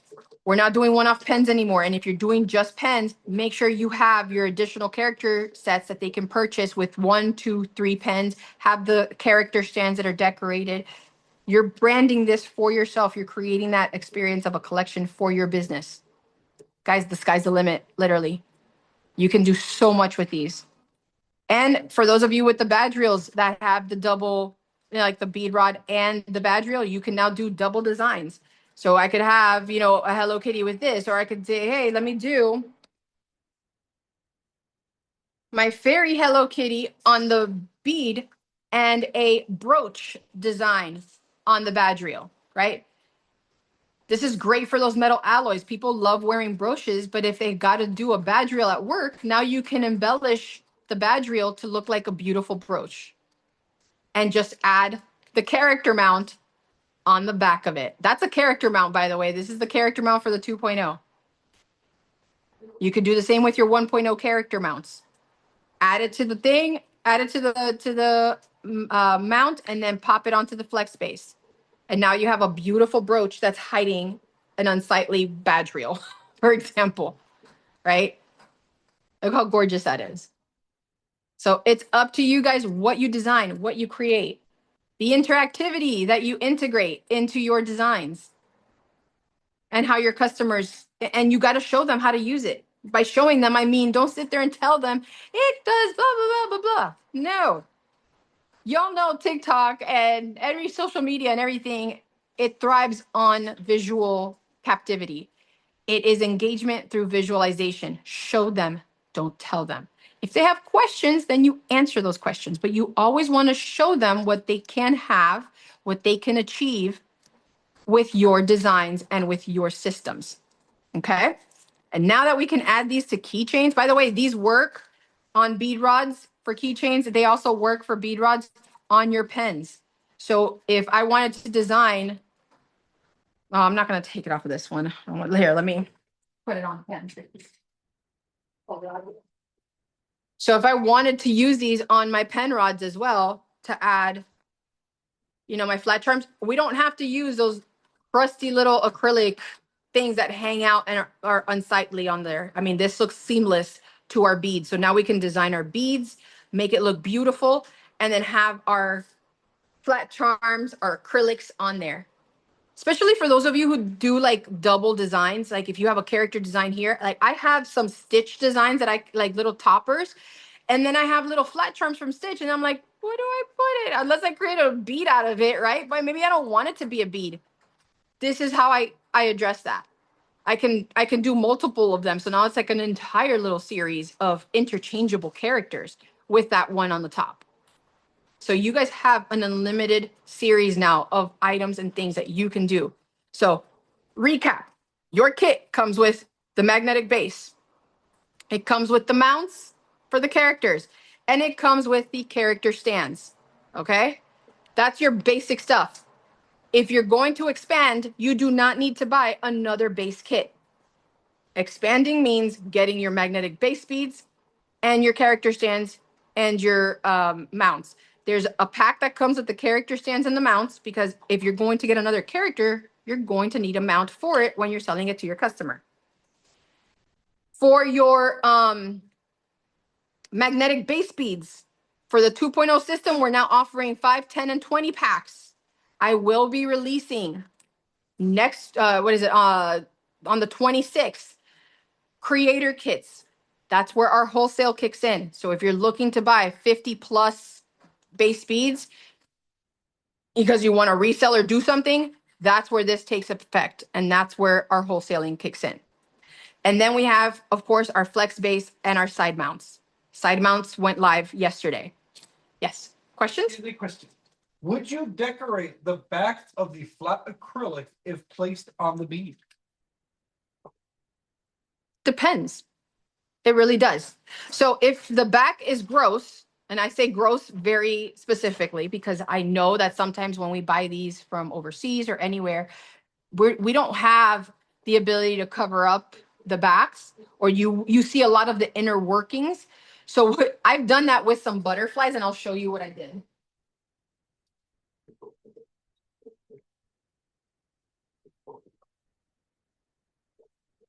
So this is a perfect example, right? These are some cute, these are like plastic type, but they have the little stones and stuff on them. These are little appliques. And if I were to put a magnet on this, God, you would see all the gross, I call them gross. I don't like that. I don't like the design that looks like, right? So here's my hack for that. I used creation tape. So now it looks like it blends perfect with my design because I have the creation tape and it literally sits inside the seams of my butterfly. So I used creation tape and I basically did how I decorated this. I went all the way around inside the bead and I literally where it stops, I pushed my finger down, I pulled to take off that excess. And then I just shaped. You shape, you pop that back in and you shape it. And because it is a flexible tape that sticks really, really well and doesn't, move unless you purposely move it, it covers that. So now I have a perfect little hole there for my magnetic base or for my character mount. And then I can pop my character on there. And now look at that. Oops, sorry, I'm too far up. So now there you go. I have it there. And now it looks beautiful on my design, right? So that's how I do it. If it's ugly, you can decorate it, but please do not spend all of your time decorating. That's why I use creation tape, because I could easily go around, pop, pop, pop, shape it, and I'm done. But if it's something smooth like this, it doesn't really bother the design. It's not a pain. You can just leave it. All right. They're gonna care more about this than anything else. They might not even really care unless it's like that. I think that's so ugly. I don't like it. It just gives me the irkies. I don't know. Um, so there's that. Any other questions? Nope, not currently. Okay. All right, ladies, let's move into the business side. This is the most important side of it. And gents, I don't know if there's, other people here. My whole audience. All right, let's see. All right, so we're going to go into business marketing strategy. This is, like I said, this is going to be the most crucial part because you guys can sit here and design things every day, twice on Sunday. But if you are not selling it, then you are still a hobbyist. Okay. So, collection strategies. I just showed you a strategy here, right? I had purchased this cute collection with these two characters, and I'm calling it Kitty Girl Summer, right? I made sure I looked up all of my supplemental beads. I had this starfish, and I'm like, oh, that goes perfect with my aesthetic. And that's what I did. I did that for the entire pen for both of them. And now if I wanted to add my badge reel design and my keychain feature, I keep all of that theme the same. And then I can add some of my other, little designs here. If I had other little summer type Hello Kitties, I could pop them on there and boom, there's the entire collection, my Kitty Girl Summer collection. Okay. That's how I want you guys to start looking at your stuff. You're not just doing a Hello Kitty pen. You're not just doing a Hello Kitty badge reel. Give them your line. What is your luxury line? What is your brand line? Think of it when you look at any luxury brand that drops stuff. They don't just drop a purse. They've got the little keychain attachment. They've got the wallet. They've got the purse. They've got the clutch, right? They give you all of it. Look at IKEA. We can get as simple as IKEA. Walk into an IKEA. They don't sell you the individual cabinets when you walk in the door. They sell you the experience of having a beautiful kitchen that you can walk into and experience. And then you can piecemeal it based on your budget, how you want to buy it and build it. But they give you that experience when you walk in through the door. Notice how they give you the path of how you walk through the store so that you see the piecemeal pieces at the end of your experience. But at the very beginning, what are you doing? You're walking through scenarios of how they want you to experience the store. You have to do the same for your collections moving forward. All right. I want to give you my Kitty Girl Summer, right? Here's my Kitty Girl Summer series. I'm just going to pop these in here, right?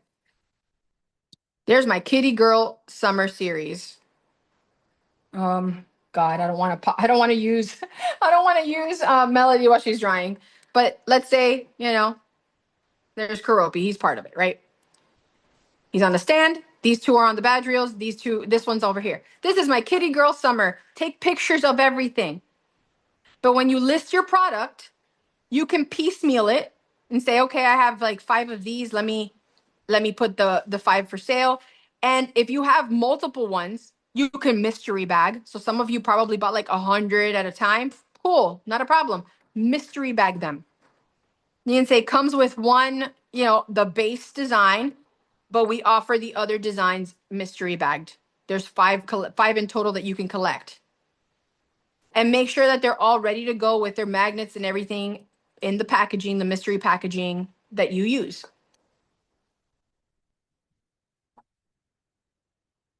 Everything that you do moving forward has to come from a experience, emotional mindset.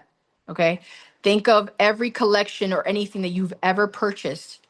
They go after your emotions and how they make you feel. That's why you have to know who you're selling to. If I wanted to do kitty girl summer, I'm not just going to go, oh, hey, everybody that exists on the internet, look. I'm going to make sure my marketing, my backgrounds, right, and my pictures match the aesthetic to what I want. Now, are there any questions? Anybody raise their hand or anything like that? No. Okay. So that's what I want you guys to keep in mind. From now on, you are thinking like a big brand. Now, I have a surprise for everybody. You guys supported my business, my family with this launch. Even if you're not here live with me right now, I will be giving you guys access for free to my Chibi Charms, or AKA, your Sasha business coach GPT. My insiders have been testing this. As a matter of fact, one of my insiders who had to leave early, she used it to identify her target market. I have been working on this GPT for months. Moving forward, outside of you guys, everybody else will have to become a paid subscriber on Substack to get access to this business coach. When I tell you my business coach is like you're talking to me, it is like you're talking to me. She will call you love. You can change her name. I don't care. But it will give you the ability to identify your target market through a bunch of questions that you would get asked if you were talking to me. She will help you put together a plan on how to launch your designs. She will have you and give you feedback when you take pictures of your designs. And you can say, hey, am I missing anything? Blah, blah, blah, blah. And she will be honest with you because it will be like you're talking to me. All of my brain, I've dumped it into this thing, and I will continue pouring into that tool. Meaning, as every time I release something, every time I talk about something, every time I give you guys a business tip, it's going to be more knowledge added to that GPT. So you will always have me available 24/7 to ask questions to talk to find out business advice. You got a craft show coming up. It will break it down and dissect it for you. Ensure that you're prepped and ready. I'm not giving this away to anybody. I'm only giving it to those who support. And that's you guys. It releases May 28th to the general public. I am going to, as soon as you guys get this email, the email that's going to come to you, this is going to be my huge thank you for being supporters right from the start. You are founding supporters of this system. So this is my way of saying a huge thank you for believing in this, for seeing that it works, and for trusting the process. I love you guys. And when I say I love you guys, I don't just say it for clout. I don't say it for views. I say it because I truly mean it. I want to see you succeed. When I pour into you, understand I am pouring into you for a reason. I truly and wholeheartedly believe in this business. And you are no longer bead crafters. You are no longer pen makers. You are no longer keychain creators. You are collection crafters. And as collection crafters, you are going to provide the experience your customers have been looking for and will make you stand out from everybody else at a show. So when I tell you, show, don't tell, you're going to be the person that shows them how they can do really cool things and interchange their designs and create such a massively unique experience for them. And you're going to walk into every show confident because you're going to have a strategy in place. You're going to know what to do. I'm going to keep pouring into that GPT because I know the growth I'm shooting for. And it may become harder to just chat with me every now and then. I'm not going to stop doing it. But I know that it will grow. And I may not be able to quickly respond like I do now. But I want you guys to have me, at least a piece of me, to talk to when you have an idea at 2 a.m, when you want to release a collection at on a Saturday at 10 o'clock at night. So I just a huge thank you. I don't know how else to say it. Do we have any questions? No, just a lot of love and appreciation. Oh, thank you guys. I appreciate it. He's the moderator. He gets to see everything. All right. So let's continue on the business side of things. Packaging. We talked a little bit about packaging, right? We're going to build a cute little package here. I do sell these, but I'm going to tell you right out the gate. This is not your end all be all. Your packaging goes all the way through your boxes. You guys have seen how I package, right? A lot of my comments that I get are, hey, I got my package. I love your packaging. It was so beautiful. What a wonderful experience. There's a reason I spend that time. It's not just to securely package your stuff, but I took the time to know how I wanted to put everything in a box to not only ensure its safety, but that you guys had this beautiful unboxing experience. Think about it. You're selling not only a collection, but the entire experience from start to finish when they receive their box has to be on point. So here's an example of how I use the floating cases to create a custom experience. And you guys can do the same.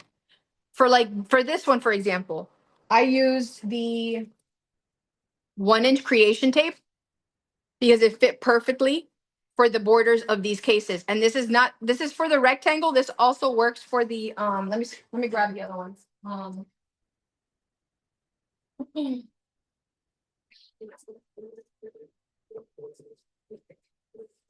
So for our standard ones too, that's why I also got the colors in case you guys don't want to sit there and decorate. It works great for this one as well. Whoop, I gotta stop doing that. I go too high. But you do have a little overage on it, so you're gonna have to probably cut the tape a little.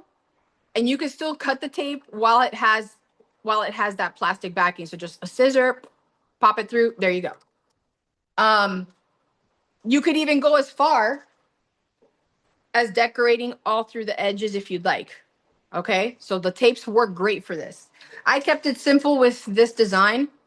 I added creation tape all the way around, leaving the space open for the parts where the legs have to go in for the stands and where I wanted the legs to go, because this is for a pen. But if I was using it for characters, for example, and I wanted to do it sideways, the legs would go, let's say, right here, right? So that it could be a horizontal display. And if that's the case, then I need to make sure my tape covers the edges except for the parts where the legs go. Okay? So for this, when you're using the creation tape, same principle. Put your bigger embellishments on first. So maybe I wanted to put a bunch of hearts all the way around first. The last part you want to do is add your sugar. So what I did was for my sugar, and you guys could do the same.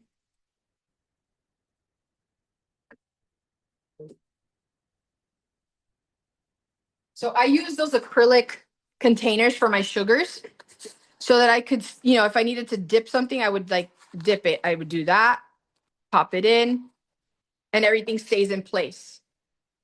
For the longer ends, what I did was I would do the similar, but I would, I grabbed the spoon, or I would have a gloved hand and just kind of do that rubbing. You could also transfer it when it's a lot simpler like this to a bigger tray and then dip it downwards. I used a marker on the back of this, an acrylic marker to test and play with. So it's actually pretty cool. But you guys get the point. You guys can decorate your packaging. This is just one example of, decorating and creating a unique experience for your customers when they receive their package. Do you think, people will pay a lot for this versus going, oh, hey, let me see. I'm going to grab a pen here. I'm selling a pen. Here you go. Or, hey, I'm selling a collection. I'm selling this one for 30. I'm selling this one for 50. Who do you think would make the sale? The collection. It looks unique. I only have a limited amount. It's limited edition. That's how you make a sale. That's how you make big sales. Do we have a question? Nope, they said you have such great ideas. We were trying to figure out what to put some sugar crystals in. Oh yeah. So I use those little acrylic. Let me show you. I'm gonna grab my phone real quick. I think we have another delivery or something. Yep. I don't know. It could be Amazon. All right. So on here, by the way, we got 2 additional colors. So now we're up to 17, 18, 19 colors that we offer, that we're going to offer in the shop. I have the 2 other ones to add. Those 2 colors are here. Hold on. Let me show you. I've got my, blue black. It's like a blue black design with my husband called it cosmic. I'm not Called the Galaxy. the Galaxy blend. I love that. That's the Galaxy blend. And then we also have the deeper yellow that we are getting all the packs. It's like a sunflower yellow. Yeah, I love that. Sunflower yellow. But these are the ones we currently have in the shop. So I'm going to add those other 2 here shortly after the meeting and everything. So we'll have officially 19 colors that we offer. But I do the little rack. This is the same one I recommended, by the way, when I was telling you guys in that first video about organizing your beads. They are on Amazon, and they have like an amazing setup here. So they stack. They are stackable, and then easy to pull. You just stock up all your sugars, and there you go. And if you have these smaller ones too, you can do the same. I had them on these before, but I like that I could stack these higher, and they're sturdy. And then I have them next to the collection. So I hope that helped visually, at least. Now when I was dipping these, by the way, I want to make sure I cover that. One of the things I did do when I was dipping, like the full color versions, is I would use a design tray. For right here. So my shipping goes. Yep. So I have this little tray. I bought this at Target. Sometimes they'll have it available for sale in the dollar area. You could probably find something similar at Dollar Tree, but I like the flat surface. And so what I did was I dumped my sugar rhinestones. So it created kind of like a flat base. And then I, flipped this, dipped it, and then if I needed to add any more rhinestones, I got like a little, I could use my fingers, or got a little spoon and sprinkled it and then pushed it into the tape. The tape cushions these designs. That's what I love about it. It absorbs the crystal and holds it in. So doing it like that with the press method works great. But if there's any little gaps that you notice, that's where you kind of manually put the crystals in and then push it in. But you see, I've been doing stuff with this. It's not flaking. That's why I love the creation tape side of things. It is initially a pain to work with if you've never worked with it before. It is a little bit of a not a harder. I just think you have to have the patience, have a little bit of patience when you guys are going through and adding your tape, because it is something new in your process. So when you're unraveling it and unrolling it, I'm going to do that video, like I mentioned, to be able to show you how you can, in fact, design with it. And it's not a pain. Whether it already comes with the pre-sugar or not, I'm going to show you how to do it for the base bead with your packaging so that it looks amazing. But this is a great way to make it unique for your customers. Other question? Okay. All right, so now that we covered some packaging items, as far as for your collections, and make sure that they're aesthetically to that, right? To use some of your extra beads, like your flat charms, to put around the packaging, right? So that's a great way to do it. Make sure your safety labels are in place. Do not forget to include that. You can make your own safety labels. Feel free to get the ones that we have in our shop, but if you want to build your own, or you have a thermal printer, y'all, you can do this. You can add them yourselves. On the back, I gave you a template. literally gave you a template on the back of your kits. I'm gonna pull up the kit here. There's your template. You can copy this verbatim, print your own stickers, and there you go. Okay. You can get them from me or you can print them yourselves. I don't care. I just want to make sure you're protected. Get your stickers and put them on your stuff. By default, you should have already been doing the choking hazard if you've been selling. Now you need to make sure you have both because that will help. You can't have a customer that something happens to and then they're like, well, she didn't tell me it didn't. Her packaging didn't have warning. I'm going to tell you right now, that's instantly a red, like not a red flag, an issue for your business. You're going to also want to make sure you're setting your stuff up all correctly, meaning you have business insurance, liability insurance, that goes standard. You go to any craft shows nowadays for the most part, and they require you to have liability insurance because if your business creates an issue, I think that was even something that was like really popular on TikTok recently. There was a craft event or show that people were at, and one booth lit on fire, and it literally hurt every other business that was there between the soot, the fire that started. It was like a hair salon business that was there for like a conference and like a craft show. Literally, they left their irons on overnight. It overheated and the whole place caught fire. So even people who had like regular stuff got soot and it damaged thousands. Now these are small businesses. They're not like, you know, Amazons and stuff or like, big old like design companies. These are small businesses and they lost all of their inventory. So have your liability insurances in place so it covers your stuff. Make sure your branding is consistent. Make sure that you have all of your designs, like your logos on your stuff. I mentioned using the bases, using UV DTF stickers that you can get from like printed from like Ninja transfers, or if you do your own, fine. And they sell the inkjet versions too that you could put DTF stickers, create them out of your inkjet printer and put them on your stuff so that you have your branding all over the place. Include thank you cards. You don't want to handwrite every single one of them. If you've ever ordered anything from me, which you obviously have because you're on this call, then you know I include a thank you card.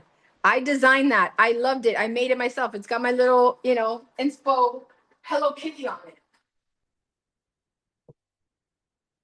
Right? It's got that on there. Instructions. Yes, Christy, 100%. Include your care instructions, not just on your website. Not everybody's going to go ahead and do that. Make sure you follow up with an email that includes those care instructions. If you want to do a personal note, get like little cute postcards. Like I have these every now and then. I'll throw a personal note into somebody's bag and there you go. But make sure you're including it so that they have all of your socials so that they know where they can find you, where they can go ahead and put more, do their unboxings, have them tag and share, right? You can create those, by the way, on with using like Canva. Like I created this on Canva, and then I went online to one of those printing places and bought a bulk amount of them. Do we have any questions? Oh, okay, because I'm going to continue. So that's how you create such a connection with your customers that they want to continue buying from you. Think about it. If they bought something like that from you, a full-on collection, and then their niece's birthday comes up because their niece has been like, oh my God, I love your stuff. Guess who they're going to think about when they need to buy something for their niece? Guess who they're going to think about for Christmas, for the holidays, for birthdays?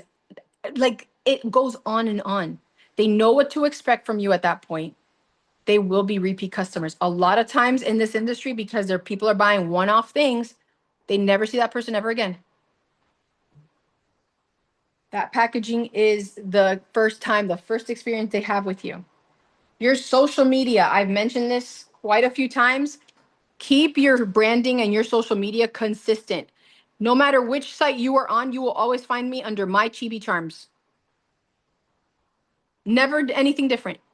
That's how you know it's me. My Chibi Charms, my Chibi Charms, my Chibi Charms everywhere. Find your username or your handle on one place, keep it consistent everywhere else.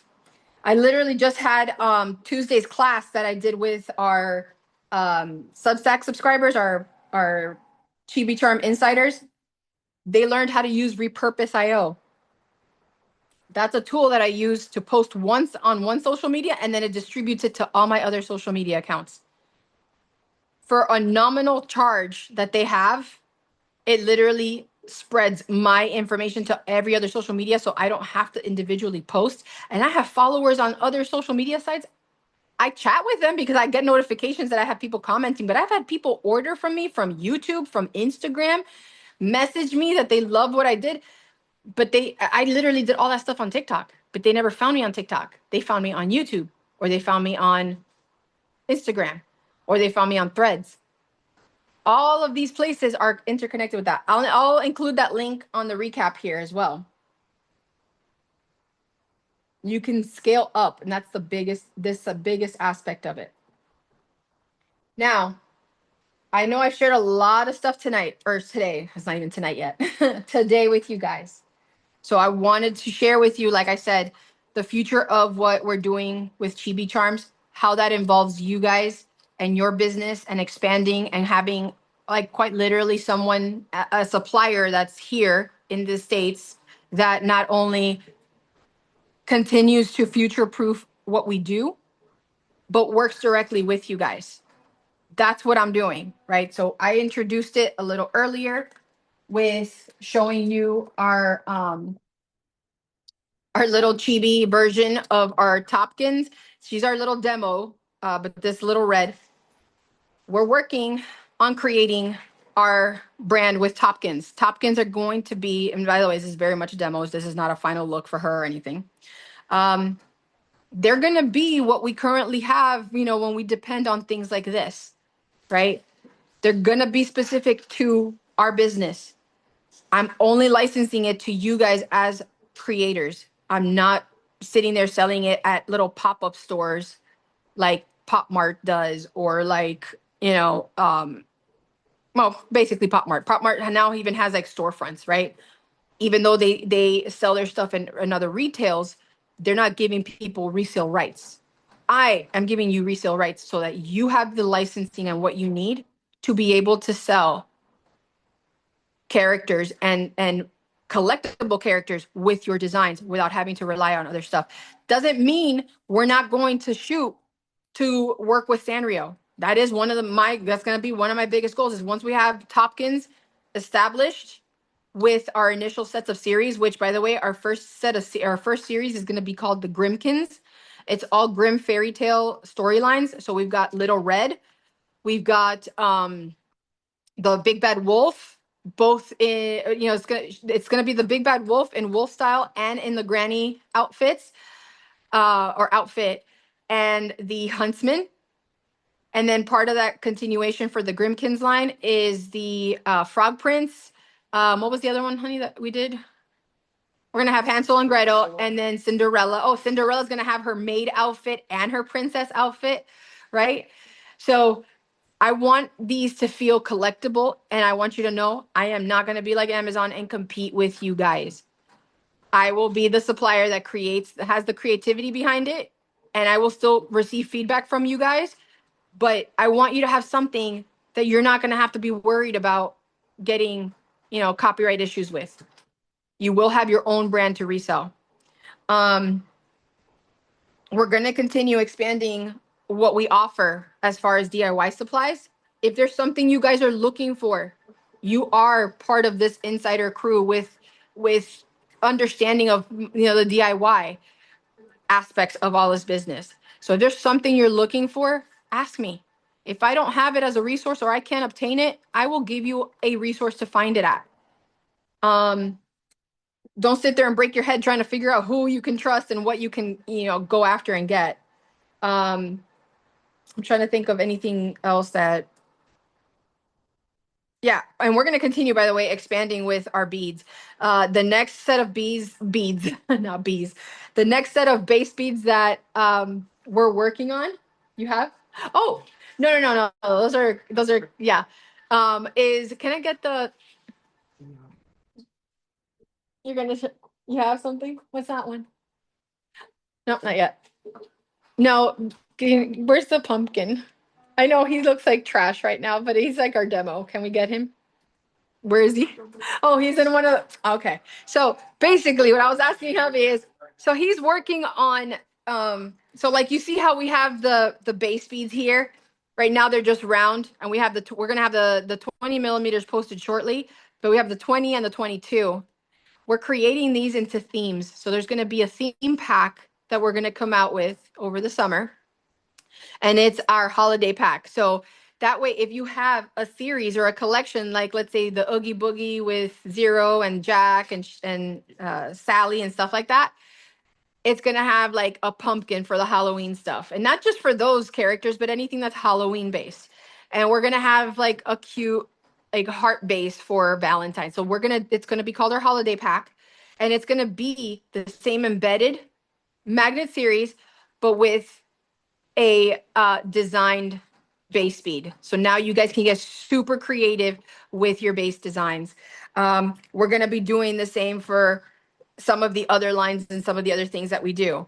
So lots and lots to come, lots of interactivity. And once again, I'm not selling this stuff to you guys, or I'm not selling this stuff to customers. I'm selling this only to you guys. So this is, your customers are your customers. They don't have to worry about circumventing you to come to me. Moving forward, starting in the summer, you are going to register as a business. You guys get all of this stuff under your businesses, right? So we're going to start having you guys register yourselves when you buy for your business. I don't want your customers circumventing you to try to get a deal, pretend like, they're buying a pack of something and then not do anything with it except for trying to circumvent you. Okay? That's the biggest aspect of this I want you to understand. Very much like for me, yes, you guys can go and buy Aleene's anywhere else, right? But I have a distributorship with them. So I can get the best pricing to offer you the best pricing where retail wise you wouldn't get. So that's going to be the biggest part in mind. I want to start closing that gap. Now, all my marketing and everything is already geared to bead crafters. I think I've had like maybe a customer who's asked about stuff and I'm like, nope, this is for bead crafters. So, there's plenty of them to choose from. Look at my followers. They're all there. But I don't sit here and sell individual designs. As a matter of fact, for those of you, like I said, who have started getting my packages, I have been adding my bead designs that I do on my videos and on my TikTok lives and all that. I've been adding them to the freebie gifts. So I put them in with the little card packs and stickers now, and you guys have been getting those. So I absolutely, love, love, love, love, being able to do this for you guys. Any questions? Just, What? What? it sounds cool. I want all the new stuff, but don't tell Sasha. She said she was only at first. Oh, okay. So that's on me. I shouldn't have twisted his finger to tell me. And guys, here's the thing. And I'm gonna be very specific about this because I know I tell you guys all the time, use what you have. Yes, use what you have. But if what you have doesn't cut it for what you need to create, that is the one major time you can give yourself permission to buy what you need. Okay. Every time I've had to do that, it's always worked out for my benefit because at that point, I had a clear direction in mind. I knew who I was selling to. I knew I needed it to make sure that product was on point. It's the same with this. The 1.0, could I have continued just doing the 1.0? 100%. But I knew I had to continue doing better and creating more and giving you guys options. Everything I've earned in this business, I've used as an investment back into this business. It's how I was able to afford to get the 3D printers, which gave you 2.0. So if it's something that you have to reinvest in your business or buy to make your business that much better, that is a wise investment. That is a wise cost. Because you're doing it with intention. Where I always frown upon, and I tell you guys all the time, is impulsivity. right? When you're scrolling on TikTok and you see 5 bags for $10 or blah, blah, blah, blah. Do you really need 5 bags of that stuff? No, you don't. But you feel like, oh my God, someone somewhere in this entire universe is going to buy this one pen. No, that's not intentional purchasing. That's impulsive. And that's what got a lot of us into that mess of having more inventory than we knew what to do with. Right. Now with your collection mindset, now you literally can go digging back into all your inventory and you're like, okay, I got to do my collection. So if I'm doing my Hello Kitty series collection and it's my hot girl summer, I'm not hot girl summer, but my kitty girl summer, I need to pull out my starfish. I need to pull out my coral looking beads. I need to have all my summer girl kitties, right? Have all of those, bunch them up into place and go, okay, that's my theme. What am I missing? What do I need? What do I not have in my inventory that I might absolutely need as part of that collection series to just close that gap and make it perfect? That's a lot more strategic than going, oh my God, Kuropi, he would look so cute. Maybe I just attach a pair of glasses on him and then he's a part of that kitty girl summer. No, that's impulsive. He would not need to make or break your collection. You have something already. Okay. So I hope that makes sense. That's part of that. All right, y'all. I know we're a little over. You all are welcome to head out. If there's any additional questions, now's the time. I'll stay on for another 13 minutes. So we'll go through 4:30. For any questions, if you guys have anything specific you want to ask about your business, now's the time so I can show you. If there's anything in general you want to comment on, any feedback, any questions that have come up, just generalized in the industry, let me know and I can address them as best as possible.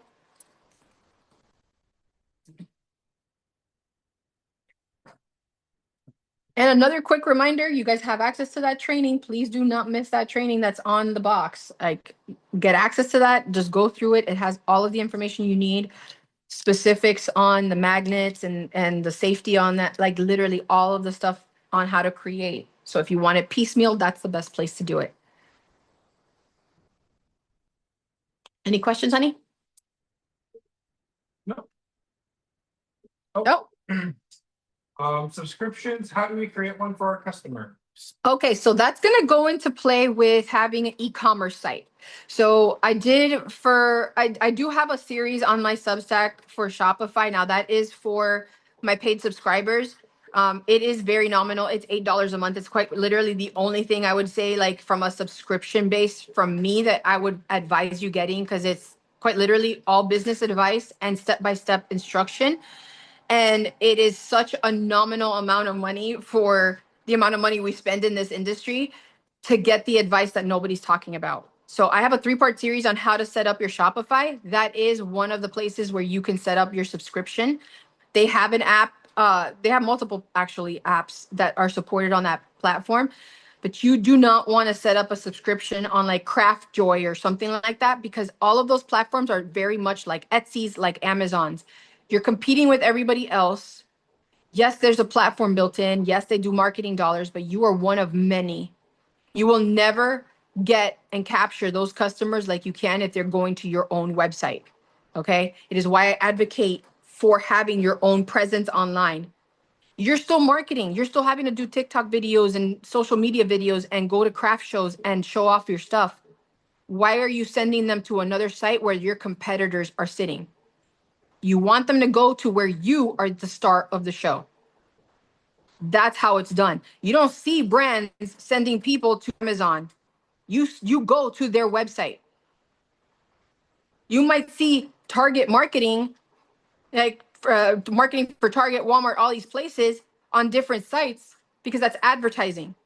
But you don't click on that link and go to Amazon to buy something from Walmart. You don't go, click on a link for Balenciaga specifically to buy something from Balenciaga. You go to Balenciaga's website.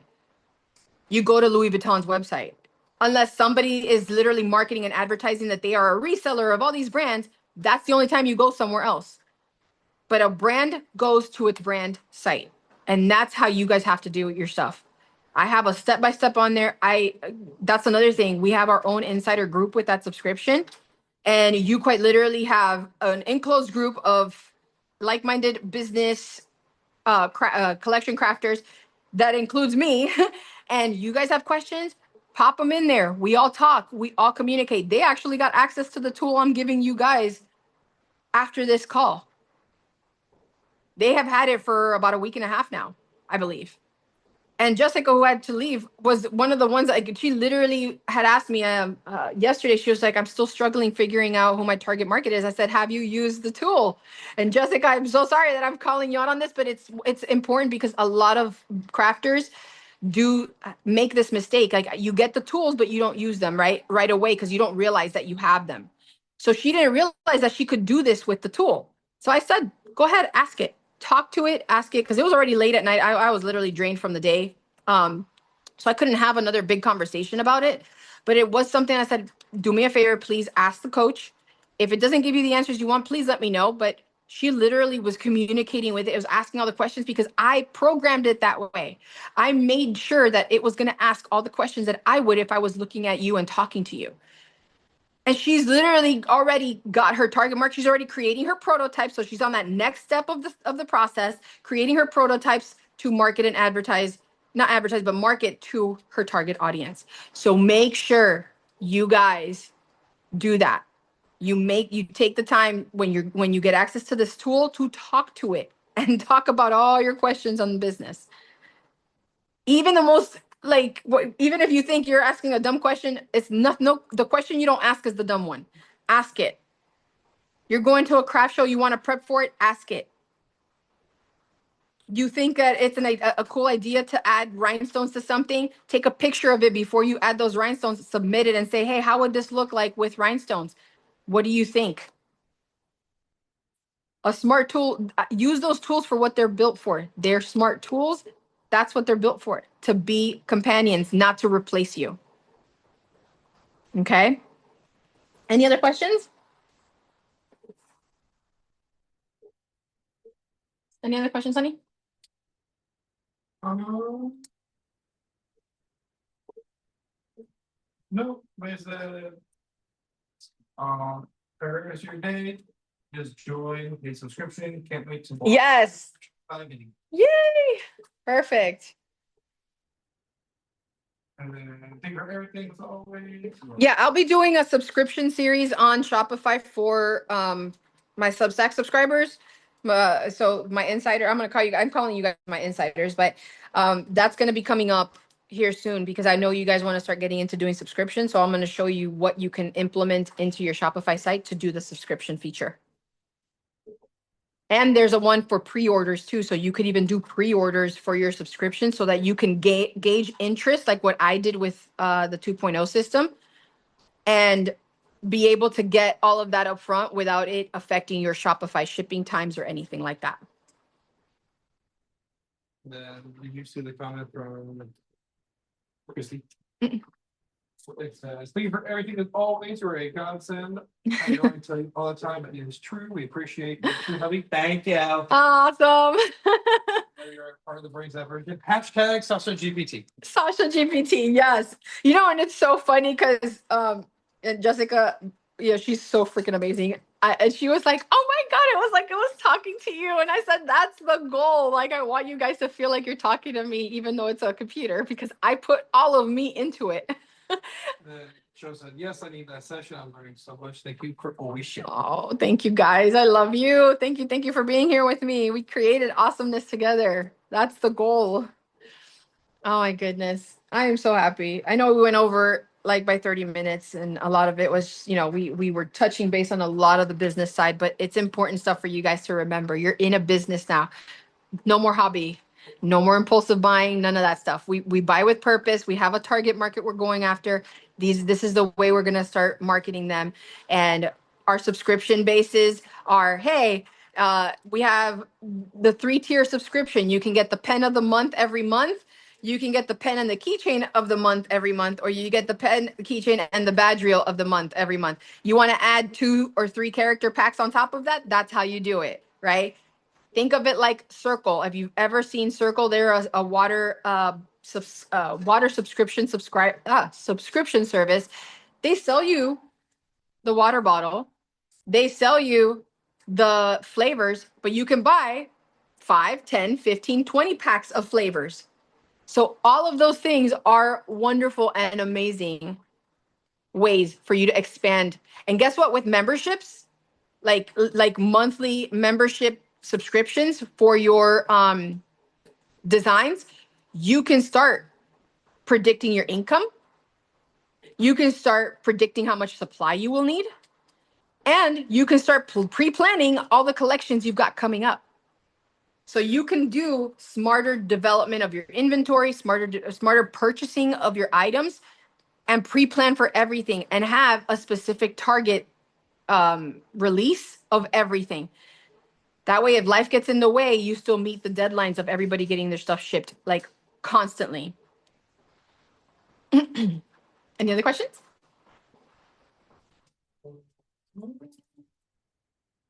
No, so excited about the journey, all the things, know about hobbies, business thinking. Exactly. You guys enjoy the rest of your weekend and thank you again. Awesome. Awesome. All right, loves. If there's nothing else, I don't want to keep you any further. Thank you so much for being here. Love, love, love. Hold on. I wanna do this right because I know you've been just seeing. You guys have been just seeing. Thank you, Lisa. You guys have just been seeing that. I want to make sure you see me. There's the hubby. Hello, my loves. There's the hubby. He's been busy doing all this stuff. We've got orders that are printing, like literally 2.0 orders are printing. That's the noise you've been hearing in the background. That's all that. So we're excited because we may even be able to get these shipped out a little sooner than expected. So I'm excited. Thank you guys for being here. Thank you for the support. I can't wait. I'm going to go ahead and start wrapping this up so that we can get the recording out to you guys. And then those of you who purchased the system 1.0 and or 2.0, doesn't matter. You're getting the Sasha GPT, the business coach. It's your Chibi Charms business coach. All right. Love you. Thank you. Have a great rest of your day. Thank you guys.